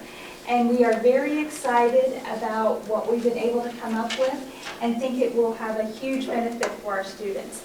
And these AA programs that we've come up with are going to be located at our CTE center and incorporate our CTE students. So we're very excited. I think we have a good solid plan, and Tori is going to go through it all with you. Now, this will replace the Glenville. It will replace some of what we're doing with Glenville currently, yes, yes. Thank you. And one of the exciting things is that when students are in this AA program, their dual credit classes will be totally free, they'll be paid for. So that's a wonderful opportunity for our students. And So no cost to them? if they're in the AA program and taking dual credit, that's correct. Should we put this to help you put it in projected? Nope, I figured. This is a new MOU with New River. It would be a new MOU. Yeah, so first, thank you for inviting me to come talk to you and tell you a little bit just about New River Community and Technical College in general, and the partnership that we have with Nicholas County Schools and these exciting new pathways that we've been working on for the last several months. So for those of you who aren't familiar with New River CTC, I want to give you a very brief overview of who we are and what we're about. So we have an annual head count of around 1,400 students. We have over 50 academic programs. Over 40 of those programs qualify for the West Virginia Invest Grant. Our student-to-faculty ratio is 12-to-1. 87% of our first-time students receive financial aid. Around half of them are eligible for the Pell Grant. And we have a foundation that awards $125,000 every year in scholarship funds. We are a community and technical college. A lot of times people focus on the last half of that name. We do have all the technical programs, the welding, the linemen, the HVAC, cosmetology, but we have all of the other stuff too. We have computer science, we have nursing, criminal justice, social services, business classes. So we have a very wide range of academic programs that we offer. We serve 9 counties across southern West Virginia. That covers Fayette, Greenbrier, Mercer, Monroe, Nicholas, Pocahontas, Raleigh, Summers, and Webster. And we do that from 7 different locations. So we have a campus right here in Summersville. Our other main campus is in Beckley. We have Lewisburg, Princeton. We have a 1-room university in Marlinton. And we now have a location in the ARH Hospital in Hinton, where we've expanded our nursing program down there. Mr. Ferguson asked the enrollment in Nicholas, here in the Nicholas. Do you know it? I couldn't tell you the number right off the top of my head, but I can get that for you. Okay, you just asked. And let you know. Yes, I will find out the exact number. So as she said, the main reason I'm here tonight is to talk to you about dual credit and what that means for your students. As a junior and senior in high school, your students can start earning college credit now. There are some stipulations to that. You do have to have a 2.0 GPA. Certain classes do require test scores. There is a special enrollment form for these students because they are provisional students because they are still in high school. That special form gives documented permission from a parent or guardian, and the principal of their school has to give permission for them to take dual credit classes. They do have to do that form every single term because the form specifically enrolls them into a certain class each time. So whatever it is they're trying to take with us is on that form. So it's a different admission process than a traditional student would come to us. Those students are treated like all of our traditional students. They receive a coach, an academic coach. They receive an academic advisor. They get all of our resources, so access to tutoring or special needs. They are treated just like any other student of ours. No ACT requirement, just 2.0?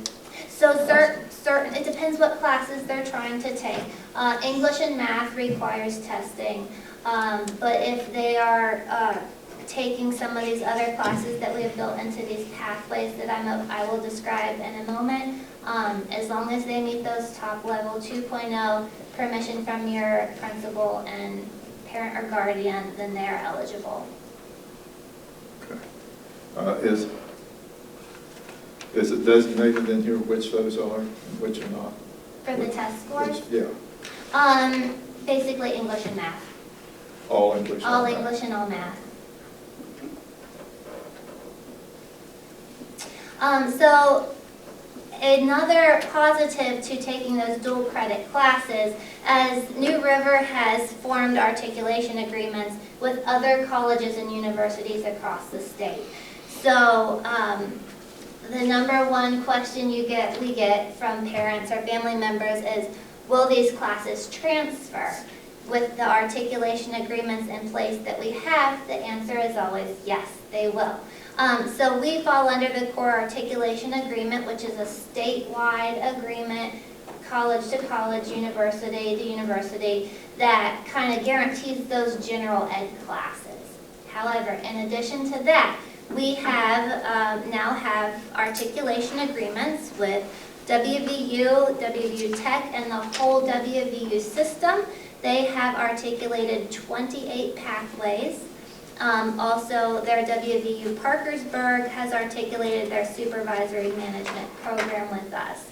With Concord University, we have 103 general education hours articulated, 75 total courses, and 16 pathways. With Bluefield State, we have 97 total courses and 17 pathways. Glenville State, we are currently finalizing an agreement with them, and we also have discussions open with Marshall. So the really cool thing with dual credit and those articulation agreements is it will save students a ton of money. It will save them time. It gets them into the workforce faster, whether they're trying to, finish high school with an associate's degree and go straight to the workforce. It gets them there faster. Or if they want to continue on to a four-year institution, these agreements make that a seamless transition to continue on to a four-year institution or even continue after that. One thing we are already doing with Nicholas County Schools is our practical nursing pilot program. Discussions with that started right about this time 1 year ago. It was a lot of work to do in a very short amount of time, and everything just worked out to make it happen. And the first cohort of nursing students from your high schools started our full-time practical nursing program this past fall. There are 5 students going through that first cohort of program, and they will graduate this coming spring from high school, and then about 2 months later, in July, they will finish as licensed practical nurses. So we have 5 students going through that right now. They are excelling in their courses. They're doing really well. We're super proud of them. And right behind them, the students that are currently juniors, we have 7 of them, and they started their prerequisite courses this past fall, and they too are doing very well. We are holding 7 seats for those students in our nursing program, so as long as they finish up with their prerequisites, pass their TEAS test this spring, they will start our nursing program full-time in August. As part of that kind of pilot program, we do also offer them the TEAS prep course. So that would focus on your juniors right now that are doing those prerequisites. We put them through a TEAS prep course. It's free to them. They can do that either on Zoom at a scheduled time, or they can watch it later. It's all recorded. They have access to lots of practice modules and tests, and it's proven to be very helpful in those test scores. The students that do the TEAS prep class score much higher than students who don't do the prep course. So We encourage them all to sign up. They are signed up. And they will start those courses. One of them starts this month, and then we also offer 2 more before they would have to take that exam. These courses they take along with other college students that are involved in nursing? Yes, so your 5 high school students are in a class with Everybody else. Okay. Treated the same way, doing the same classes, same requirements, same expectations. And you know, a lot of our nursing students are not traditional students. It's not people who just graduated high school and have gone on to nursing school. We have students who have worked for a while and have decided to come back to school and go to nursing school. So they are in the mix with everybody else. So a really exciting part on how to expand those offerings with Nicholas County Schools happened through the West Virginia State Legislature, House Bill 2005. For those who are not familiar with it, that bill was to establish the dual enrollment pilot program to be administered by the Higher Education Policy Commission and the Council for Community and Technical College Education in conjunction with the State Board of Education. So this is a pilot program that started last year, and it really went into effect kind of last fall, so fall semester of 2023. And that pilot project is geared, it's all about what they're calling pathways. So you have to have a pathway to something, a pathway to a target field or area of study. As long as it's on a pathway, the state will reimburse the money that those students would have paid. So traditionally, a student would pay $25 a credit hour to take a dual credit class. So $75 for a course, which for a lot of people, that's very manageable, that's very doable. But it is a huge barrier to a lot of students in our service region. And the expansion of this pilot project by the state has made that equal playing field for all the students. So if they meet that GPA requirement and they want to take college classes, but the money was an issue, now they can. Because as long as it's in a pathway, the state will pay for it and it's therefore free to the students. So last fall, like I said, that's the first time we could submit pathways. We submitted pathways to the state. We put our dual credit students on a pathway. Those students got reimbursed. This current term we're in right now, every student of yours that's taking dual credit with us will be submitted again to get that reimbursement from the state. So dual credit for your students this term is free. So taking that a step further, we've been working with your principals and your assistant superintendent, and we have completed the layout for 5 different pathways. And these are in the packets that I gave you. So we have proposed a STEM pathway, which is a heavy on the sciences. This would be popular for a student who may be interested in being a doctor. But these pathways are also broad enough that they all mix in all of the general education classes that any college or university is going to want. So they include your English, your math, your Microsoft applications. They do not limit you to it. So if a student chooses a STEM pathway when they're a junior and they change their mind and decide they hate science, that's okay. They just have to be on a pathway to get that free tuition. The other pathways include Grow Your Own and Teacher Education, Criminal Justice, Welding Technology, and then there's an Allied Health, which is the practical nursing that we're already doing. The last page in that packet is an addendum to the current MOU.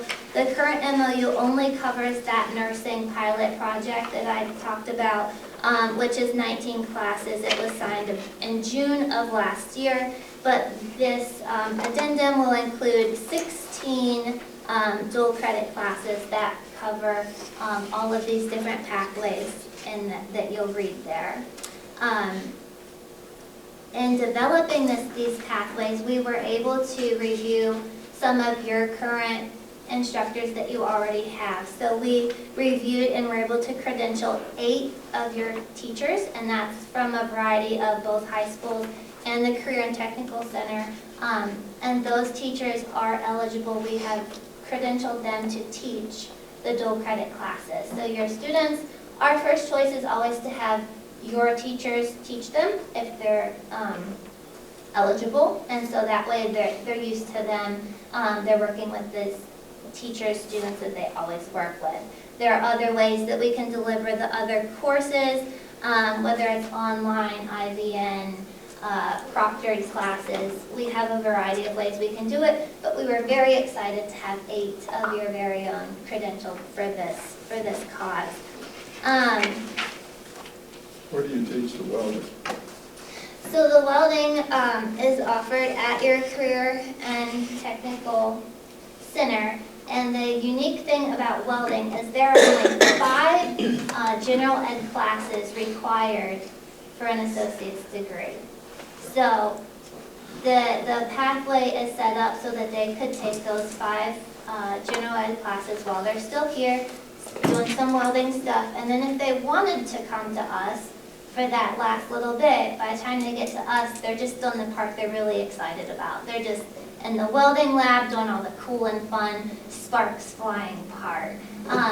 So, you know, they're all in, and with a short amount of time, they've got an associate's degree. So we added welding because, like I said, it's an easy one to add because it only requires those 5 additional courses. It is one that we do with other counties, so it wasn't starting from scratch on that one. It already existed, so we suggested it as an option since you already have a good welding program at the Technical Center. We have an excellent welding instructor at the program. Who is one of our alumni. Yeah, if you live in that area and got an associate degree in welding, and you want to go into college, what degree would you pursue? If you wanted to continue Yes. with welding? Yeah. I mean, there's just It'd be a technical school, It would probably. be technical school, or if you wanted to become an instructor and go into engineering, or you could do like a business degree to go with that entrepreneurship type of thing, you could expand it that way. Yeah, so you could eventually get a 4-year, I don't know if it'd be an A.B. or what it would be, but There are ways to, yes, I don't have the exact answer, but yes, there are ways to move that on into something. Experience counts in that also, doesn't it? Yes. We had a welding person here who helped build the new prototype at Greenvine, the new telescope. And he was also there maintaining that until he retired. So he started here. That's amazing. Ms. McAllister, Mr. Bayless, do you have anything that you would like to add? I just think that this is a wonderful opportunity for our students, and, you know, I hope several of these students will take advantage of this, because to graduate from high school and be able to have an associate's degree, that is huge. And one of the reasons we really wanted to center this at the CTE Center was because a lot of those students don't really think that they can do an associate degree. And when we talked to her and we found out that, you know, we can do most of the core classes while we have them. So, and a lot of the hands-on, and once they go there, they just have to do a little bit of the lab work, which they are all about anyway. It would just really be a win-win. Well, thank you very much. I don't think there's going to be much opposition to this. You're welcome. Thank you again. And I will say, I've been with the New River for about 4 years, and only in this current position as our campus director and community outreach for about 15 months. And in that very short amount of time, we being the college and Nicholas County Schools have done some really amazing things in a very short amount of time to provide these opportunities for your students. And it's been so much fun working with them. I mean, I've gotten to know these nursing students message me almost daily about something or another, and it's been really fun getting to know them and working with them. And these five pathways are just the start of what could be a lot of opportunities for them. So thank you for allowing us to be a part of that.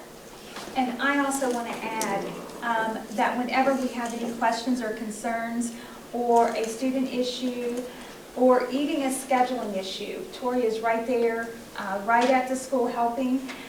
We needed a math class at the last minute for some students this semester. And she stepped right up, got it scheduled because we had it scheduled with another university and they dropped us.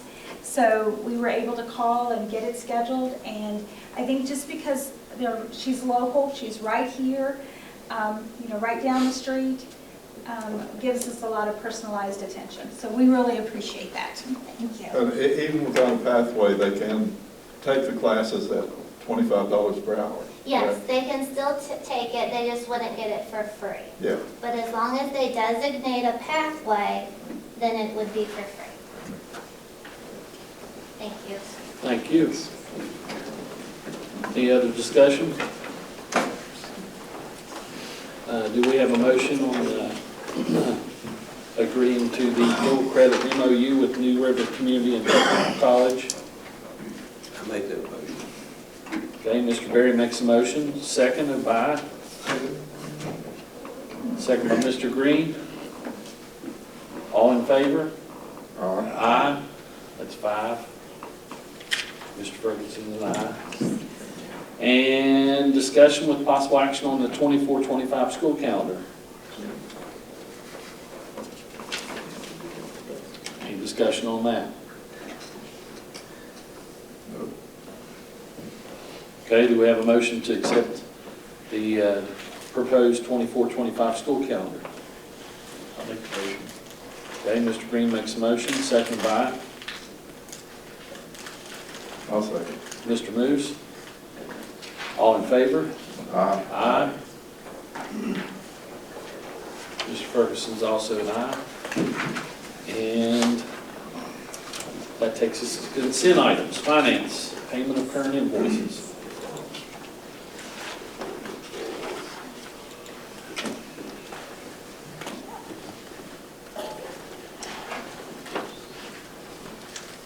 Okay, the current invoices were in your packet.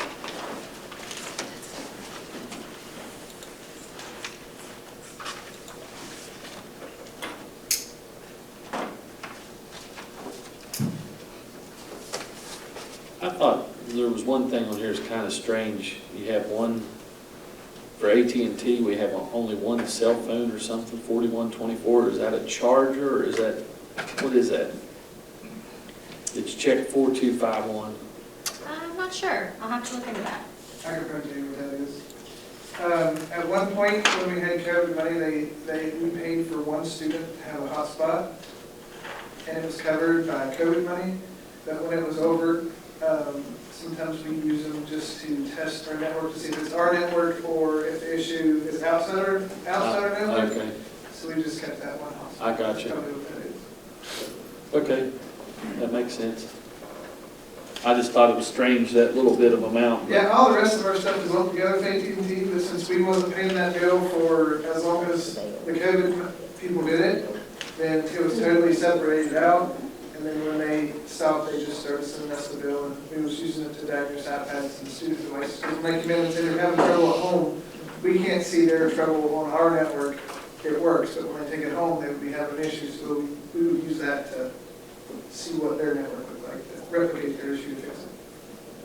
Thank you. West Virginia State Police inspection stickers. probably for our bus garage. We do our own inspections Right. on all the buses, county vehicles. I don't know what the amount was. So it doesn't come from DMV, it comes from the state police? I'm not real sure, honestly, I don't, State police. I believe, I guess, Sherry's telling me yes. We have to pay $1 sticker for all those, yes, it's the state police. Huh.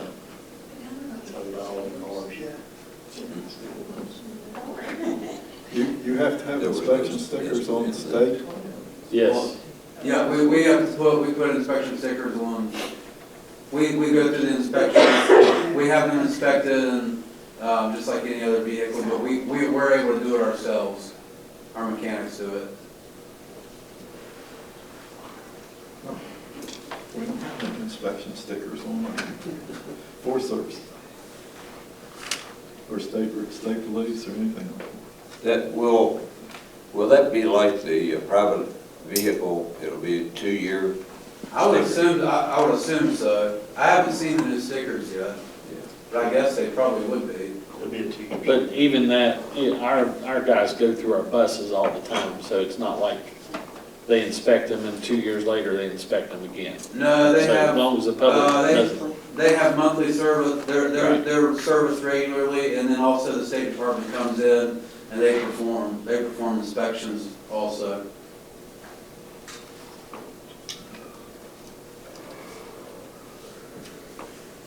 Salt spreader, is that something that's attached to a vehicle or what? What was it? Salt spreader. Yeah, so we purchased a salt spreader. We have just a few parking lots that we're having a hard time getting the ice off. And so we got a salt spreader that will sit on the back of a truck that we can put salt in. We're still working on trying to figure a way to get the salt into it without pouring bags into it. But we're still working on that. But yeah, we just got that. We haven't used it yet. How about that hill on Cherry River? Is it Well, handled? we could do it there. And we probably will. That's not really our road, but yeah, we've had some issues there. And probably one of the main issues we have is probably Panther Creek, and then also Cherry River. Those two lots get pretty slick, and also probably that road coming down into Nicholas County High School that goes down along the golf course. The sun never hits it, and so it's hard to get that. It's hard to get that ice off of that road. Does the state not hit that road? No. If they don't do it, we have to, right? If they don't do it, we have to. We have guys that do go out and plow when we need to. We try to stay on top of it. And we went out and plowed some of the lots on Sunday. But it'll go a long way having that salt spreader. Once we're able to figure out how we're going to get salt in it, it'll go a long way and helping us kind of be proactive towards getting out there and treating some of those parking lots. That Panther Creek stays slick, and that's a big area. You can't do it by hand. That's a lot to do by hand. So if you check with maybe the city of Summersville to see if they would, load it. I have talked with the city of Summersville, and we're still looking for a solution. One that fits in the back like a pickup or? Yes. Yep. When you're way out, I think it's out here on the back of a truck now. And I would like to get one more eventually so that we can kind of hit, because that truck will go through Nettie over towards Ridgewood, and it'd be nice to have another one. One guy can't do everything. So that, the road that goes up beside the old gym there, Ridgewood, that's not a state road? I think the one Mr. Moose is talking about is the hill that goes up right in front of Cherry River. Yeah, is that not considered state road? I think that's city. I think that's a city road. It's a city street. Okay. I know we will plow it if it's not.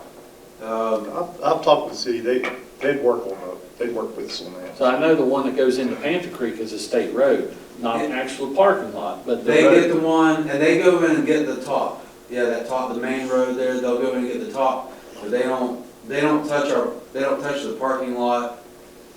They do that top road and that's about it. Once in a while, we had a friend that would take care of us over there, but anyway. It hasn't seemed to happen in a while. The parking lot's slick. It gets very slick. What's that? That's a city street. Yes, it's a city street. Okay. Yeah, but I mean, we don't care. Once we have that salt spreader and are able to get salt, you know, if it's slick, we can hit, because we do use it and people do walk on it, and that's kind of where buses unload and load. So I think it would be in our best interest, even though it's not ours, to make sure that that's slick, or not slick. Mr. Ferguson wanted to know if that could be contracted instead of doing in-house, cost versus benefits. I don't know if we've ever tried to contract that out or not, have we? I don't know that we have. I mean, we have, everybody, all of our maintenance staffs, not everyone plows, but the ones that are willing to plow, they're all assigned schools and areas. And so, you know, if we have an early dismissal and the lots need plowed, they go out early and take care of that. I had a couple guys go out on Sunday, make sure everything was okay today. So I had a couple guys that went out and worked yesterday. I don't know, I guess that's something we could look into. I don't know that we would be able to do it as cheap as what we're able to do it, doing it ourselves. Small park lots, $50. Yeah, I know, I wouldn't, yeah. I don't know though. Okay. Sorry, Kristen, we was chasing a rabbit or two there.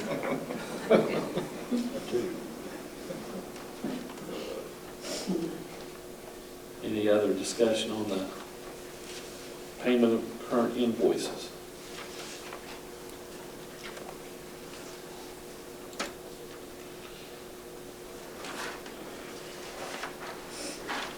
Okay, if there are no more questions on invoices, we can move on to supplements and transfers.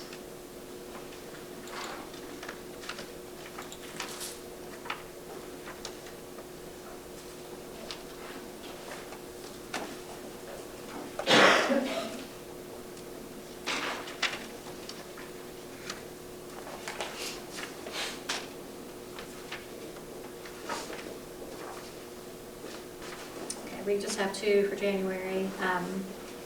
One was a grant for VOTEC for Grow Your Own Educators Rising, and the other was for Communities in Schools, which I believe is a 3-year grant. I believe Kelly's talked to you guys about that grant before, but this is the budget for that.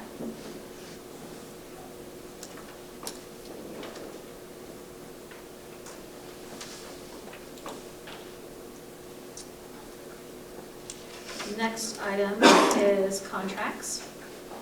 We have two, facility rental agreement for the Richwood Community Center for Richwood High School basketball practice, or baseball practices.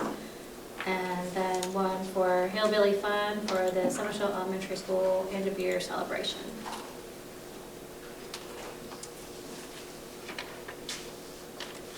Is that actually a location, or do they just bring things in? You rent it and they bring it? They bring it. Okay. And for the rental agreement with the Richwood Community Center, we did that last year as well. And this year, the agreement actually has a little bit of clarification in there. Last year, there was a little bit of a question about whether we would pay for the location on days that were reserved, but we didn't end up using it. It might have been days that there was good weather and they could practice outside. So this agreement makes it clear that we would only pay for the rental of this facility on days that's actually used. I think it's by the hour, wasn't it, this time? Yeah, $40 an hour. And what, did FEMA end up paying for that, or is that We got, reimbursement, I mean? we had, we amended our agreement with FEMA to encompass this agreement also. So we haven't turned these invoices in yet for reimbursement, but they should be reimbursed.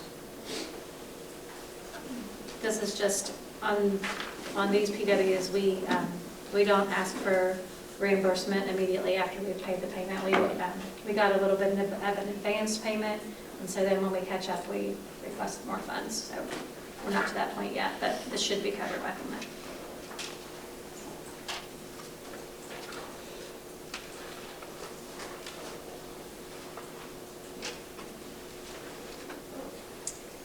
Okay, and then the last item that I have is the January Treasurers Report.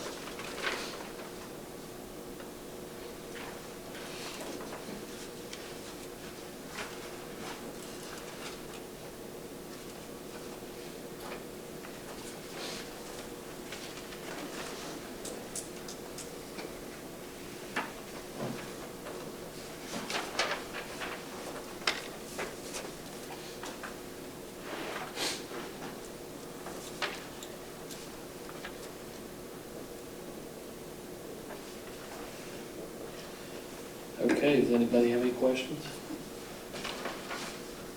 Any comments? Okay, do we have a motion to accept consent items under finance 1, 2, 3, A and B, and number 4, the treasurer's report?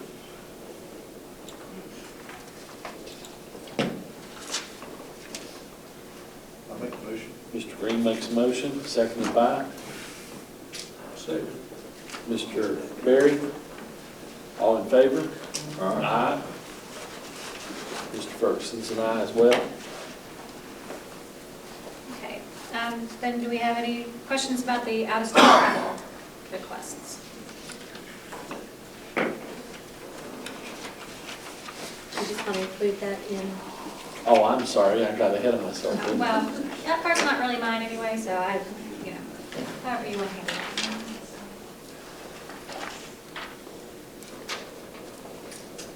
Do you want to amend your motion to include that? Yeah, let's include that. Is that okay? Mr. Moose, you're good with that? Second. Or Mr. Berry, you good with that? Second. Okay.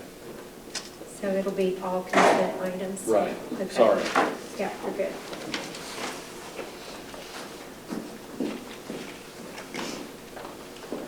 Okay, personnel.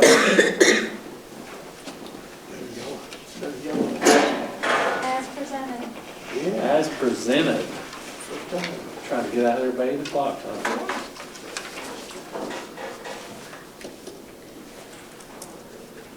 The only thing that's on here, since it's as presented, would be Mr. Green. We need to vote on Donna Green 1 day without pay separately. If there's any discussion on that, he will leave the room. You are okay with that? Yeah. All right, then we will first vote on everything except that one individual. Okay. So do we have a motion on the, approve the personnel agenda? I made that motion. Okay, Mr. Berry makes a motion, seconded by Second. Mr. Green. All in favor? Aye. Mr. Ferguson's also an aye. And then, if there's any discussion on Donna Green, which is Mr. Green's wife, any discussion, then he will step out. Any discussion? Okay, do we have a motion on just his one item then, or one So moved. Mr. Moose, seconded by Mr. Berry. All in favor? Aye. Aye.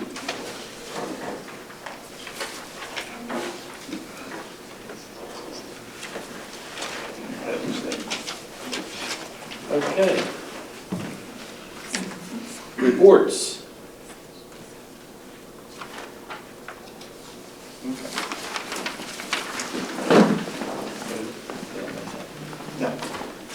Okay, reports, SESC, Mr. Ferguson, the meeting's Wednesday, and he says nothing to report. Next meeting Wednesday. Thank you. Bright Horizons, Mr. Green. Our meeting's this coming Thursday, but I think we approved to get a new laser printer, so anybody can keep them printed. It's gonna take occasional, but anyway, we'll get a new printer, so. All right. 16, items for future agendas.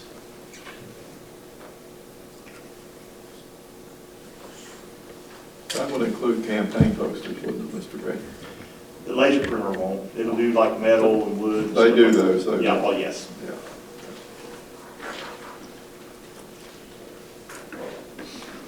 Okay, any items for future agendas? We never hear from the Ridgewood side. When are we going to hear from those guys about what's going on, how things are, and what's progressing, what's... Are you talking about construction? Yeah. Well, I'm on that call every Monday, so we do talk about it. Mr. Ferguson's on that call. And as far as I know, everything's slowly coming together. You got any comments? Probably not for public sharing, but we do meet with them every other Tuesday at the site. And I can say this. Now, when you say we, Well, Chris and Alan and myself are usually there on the site. Kristen and Mr. Carpenter is usually on the call to discuss where we are with the project going on at the Ridgewood site. And they give us an update just like every other week we meet at the Glade Creek site, for the same purpose. As far as the progress of it, I think, and I heard Mr. Green mention just prior to the meeting, looks like we're about ready to start laying some walls, or putting some walls up. Because they've been trying to get all the prep work done. They have asked us questions at the last meeting about, when we're going to be, when schools will be out this summer, so they know which room, when they start working on the classrooms inside. There's been some hiccups along the way with contractors, to be very frank. But ZMM, to their credit, and Skanska, who's our construction manager, they are always on the contractors to move the project along. And they've had trouble with subcontractors. They're having some delays with getting invoices to us for payment and those kind of things. But as far as the actual progress, the last time they gave us an update, and actually today we had a meeting, they were supposed to give Skanska and ZMM an update on completion date for next summer, and they don't receive that yet. And I do know that Skanska and ZMM are getting frustrated with that and going to kind of get an answer on when to do that, because we were hoping by June of 25. Now I'm looking more like possibly September of 25, which runs into all kind of other issues with trying to get school started at that school in September when they should be starting in August. So, but they're starting to make some progress. There was a lot of complaints about weather for a while, but we felt like maybe the project could have been moving along a bit quicker in the fall when the weather was really good, and it really wasn't. And the contractors were made aware of it. Okay. So we're on them. so I think Could you start including that in superintendent's information? So Sure. we kind of, we got a lot of questions. What's going on? Where are we?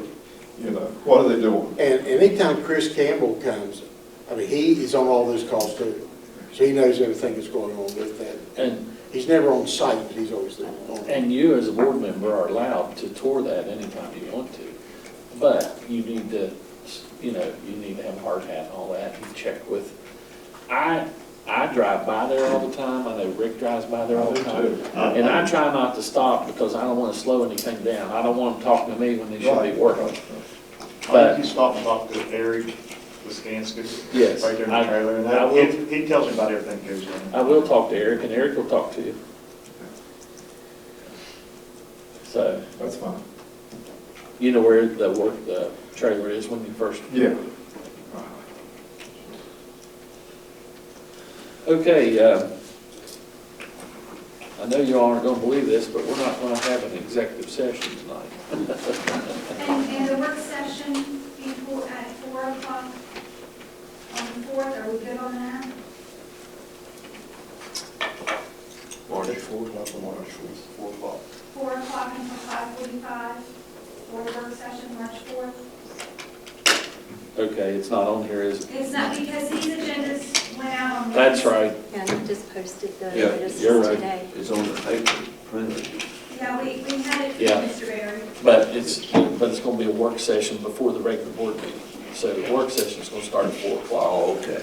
And we'll have a Teams, a separate one, so that if Mr. Green wants to participate, he can. We'll have one for the work session and then one for the board meeting. So one will end and then you'll have to rejoin, okay? Sounds good.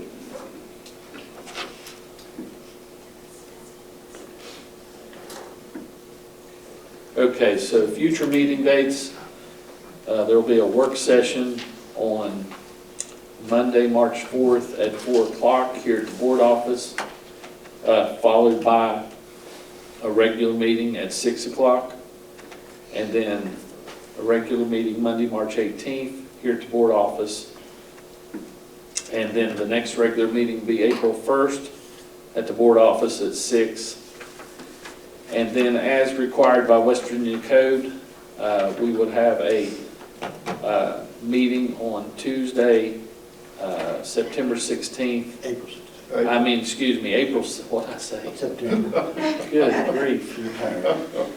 April 16th, starting at 6. And that's it for now. Do we have a motion to adjourn? Make a motion. So moved. Okay, Mr. Boyd makes a motion, second by Mr. Moose. All in favor? Aye. Mr. Ferguson's also an aye.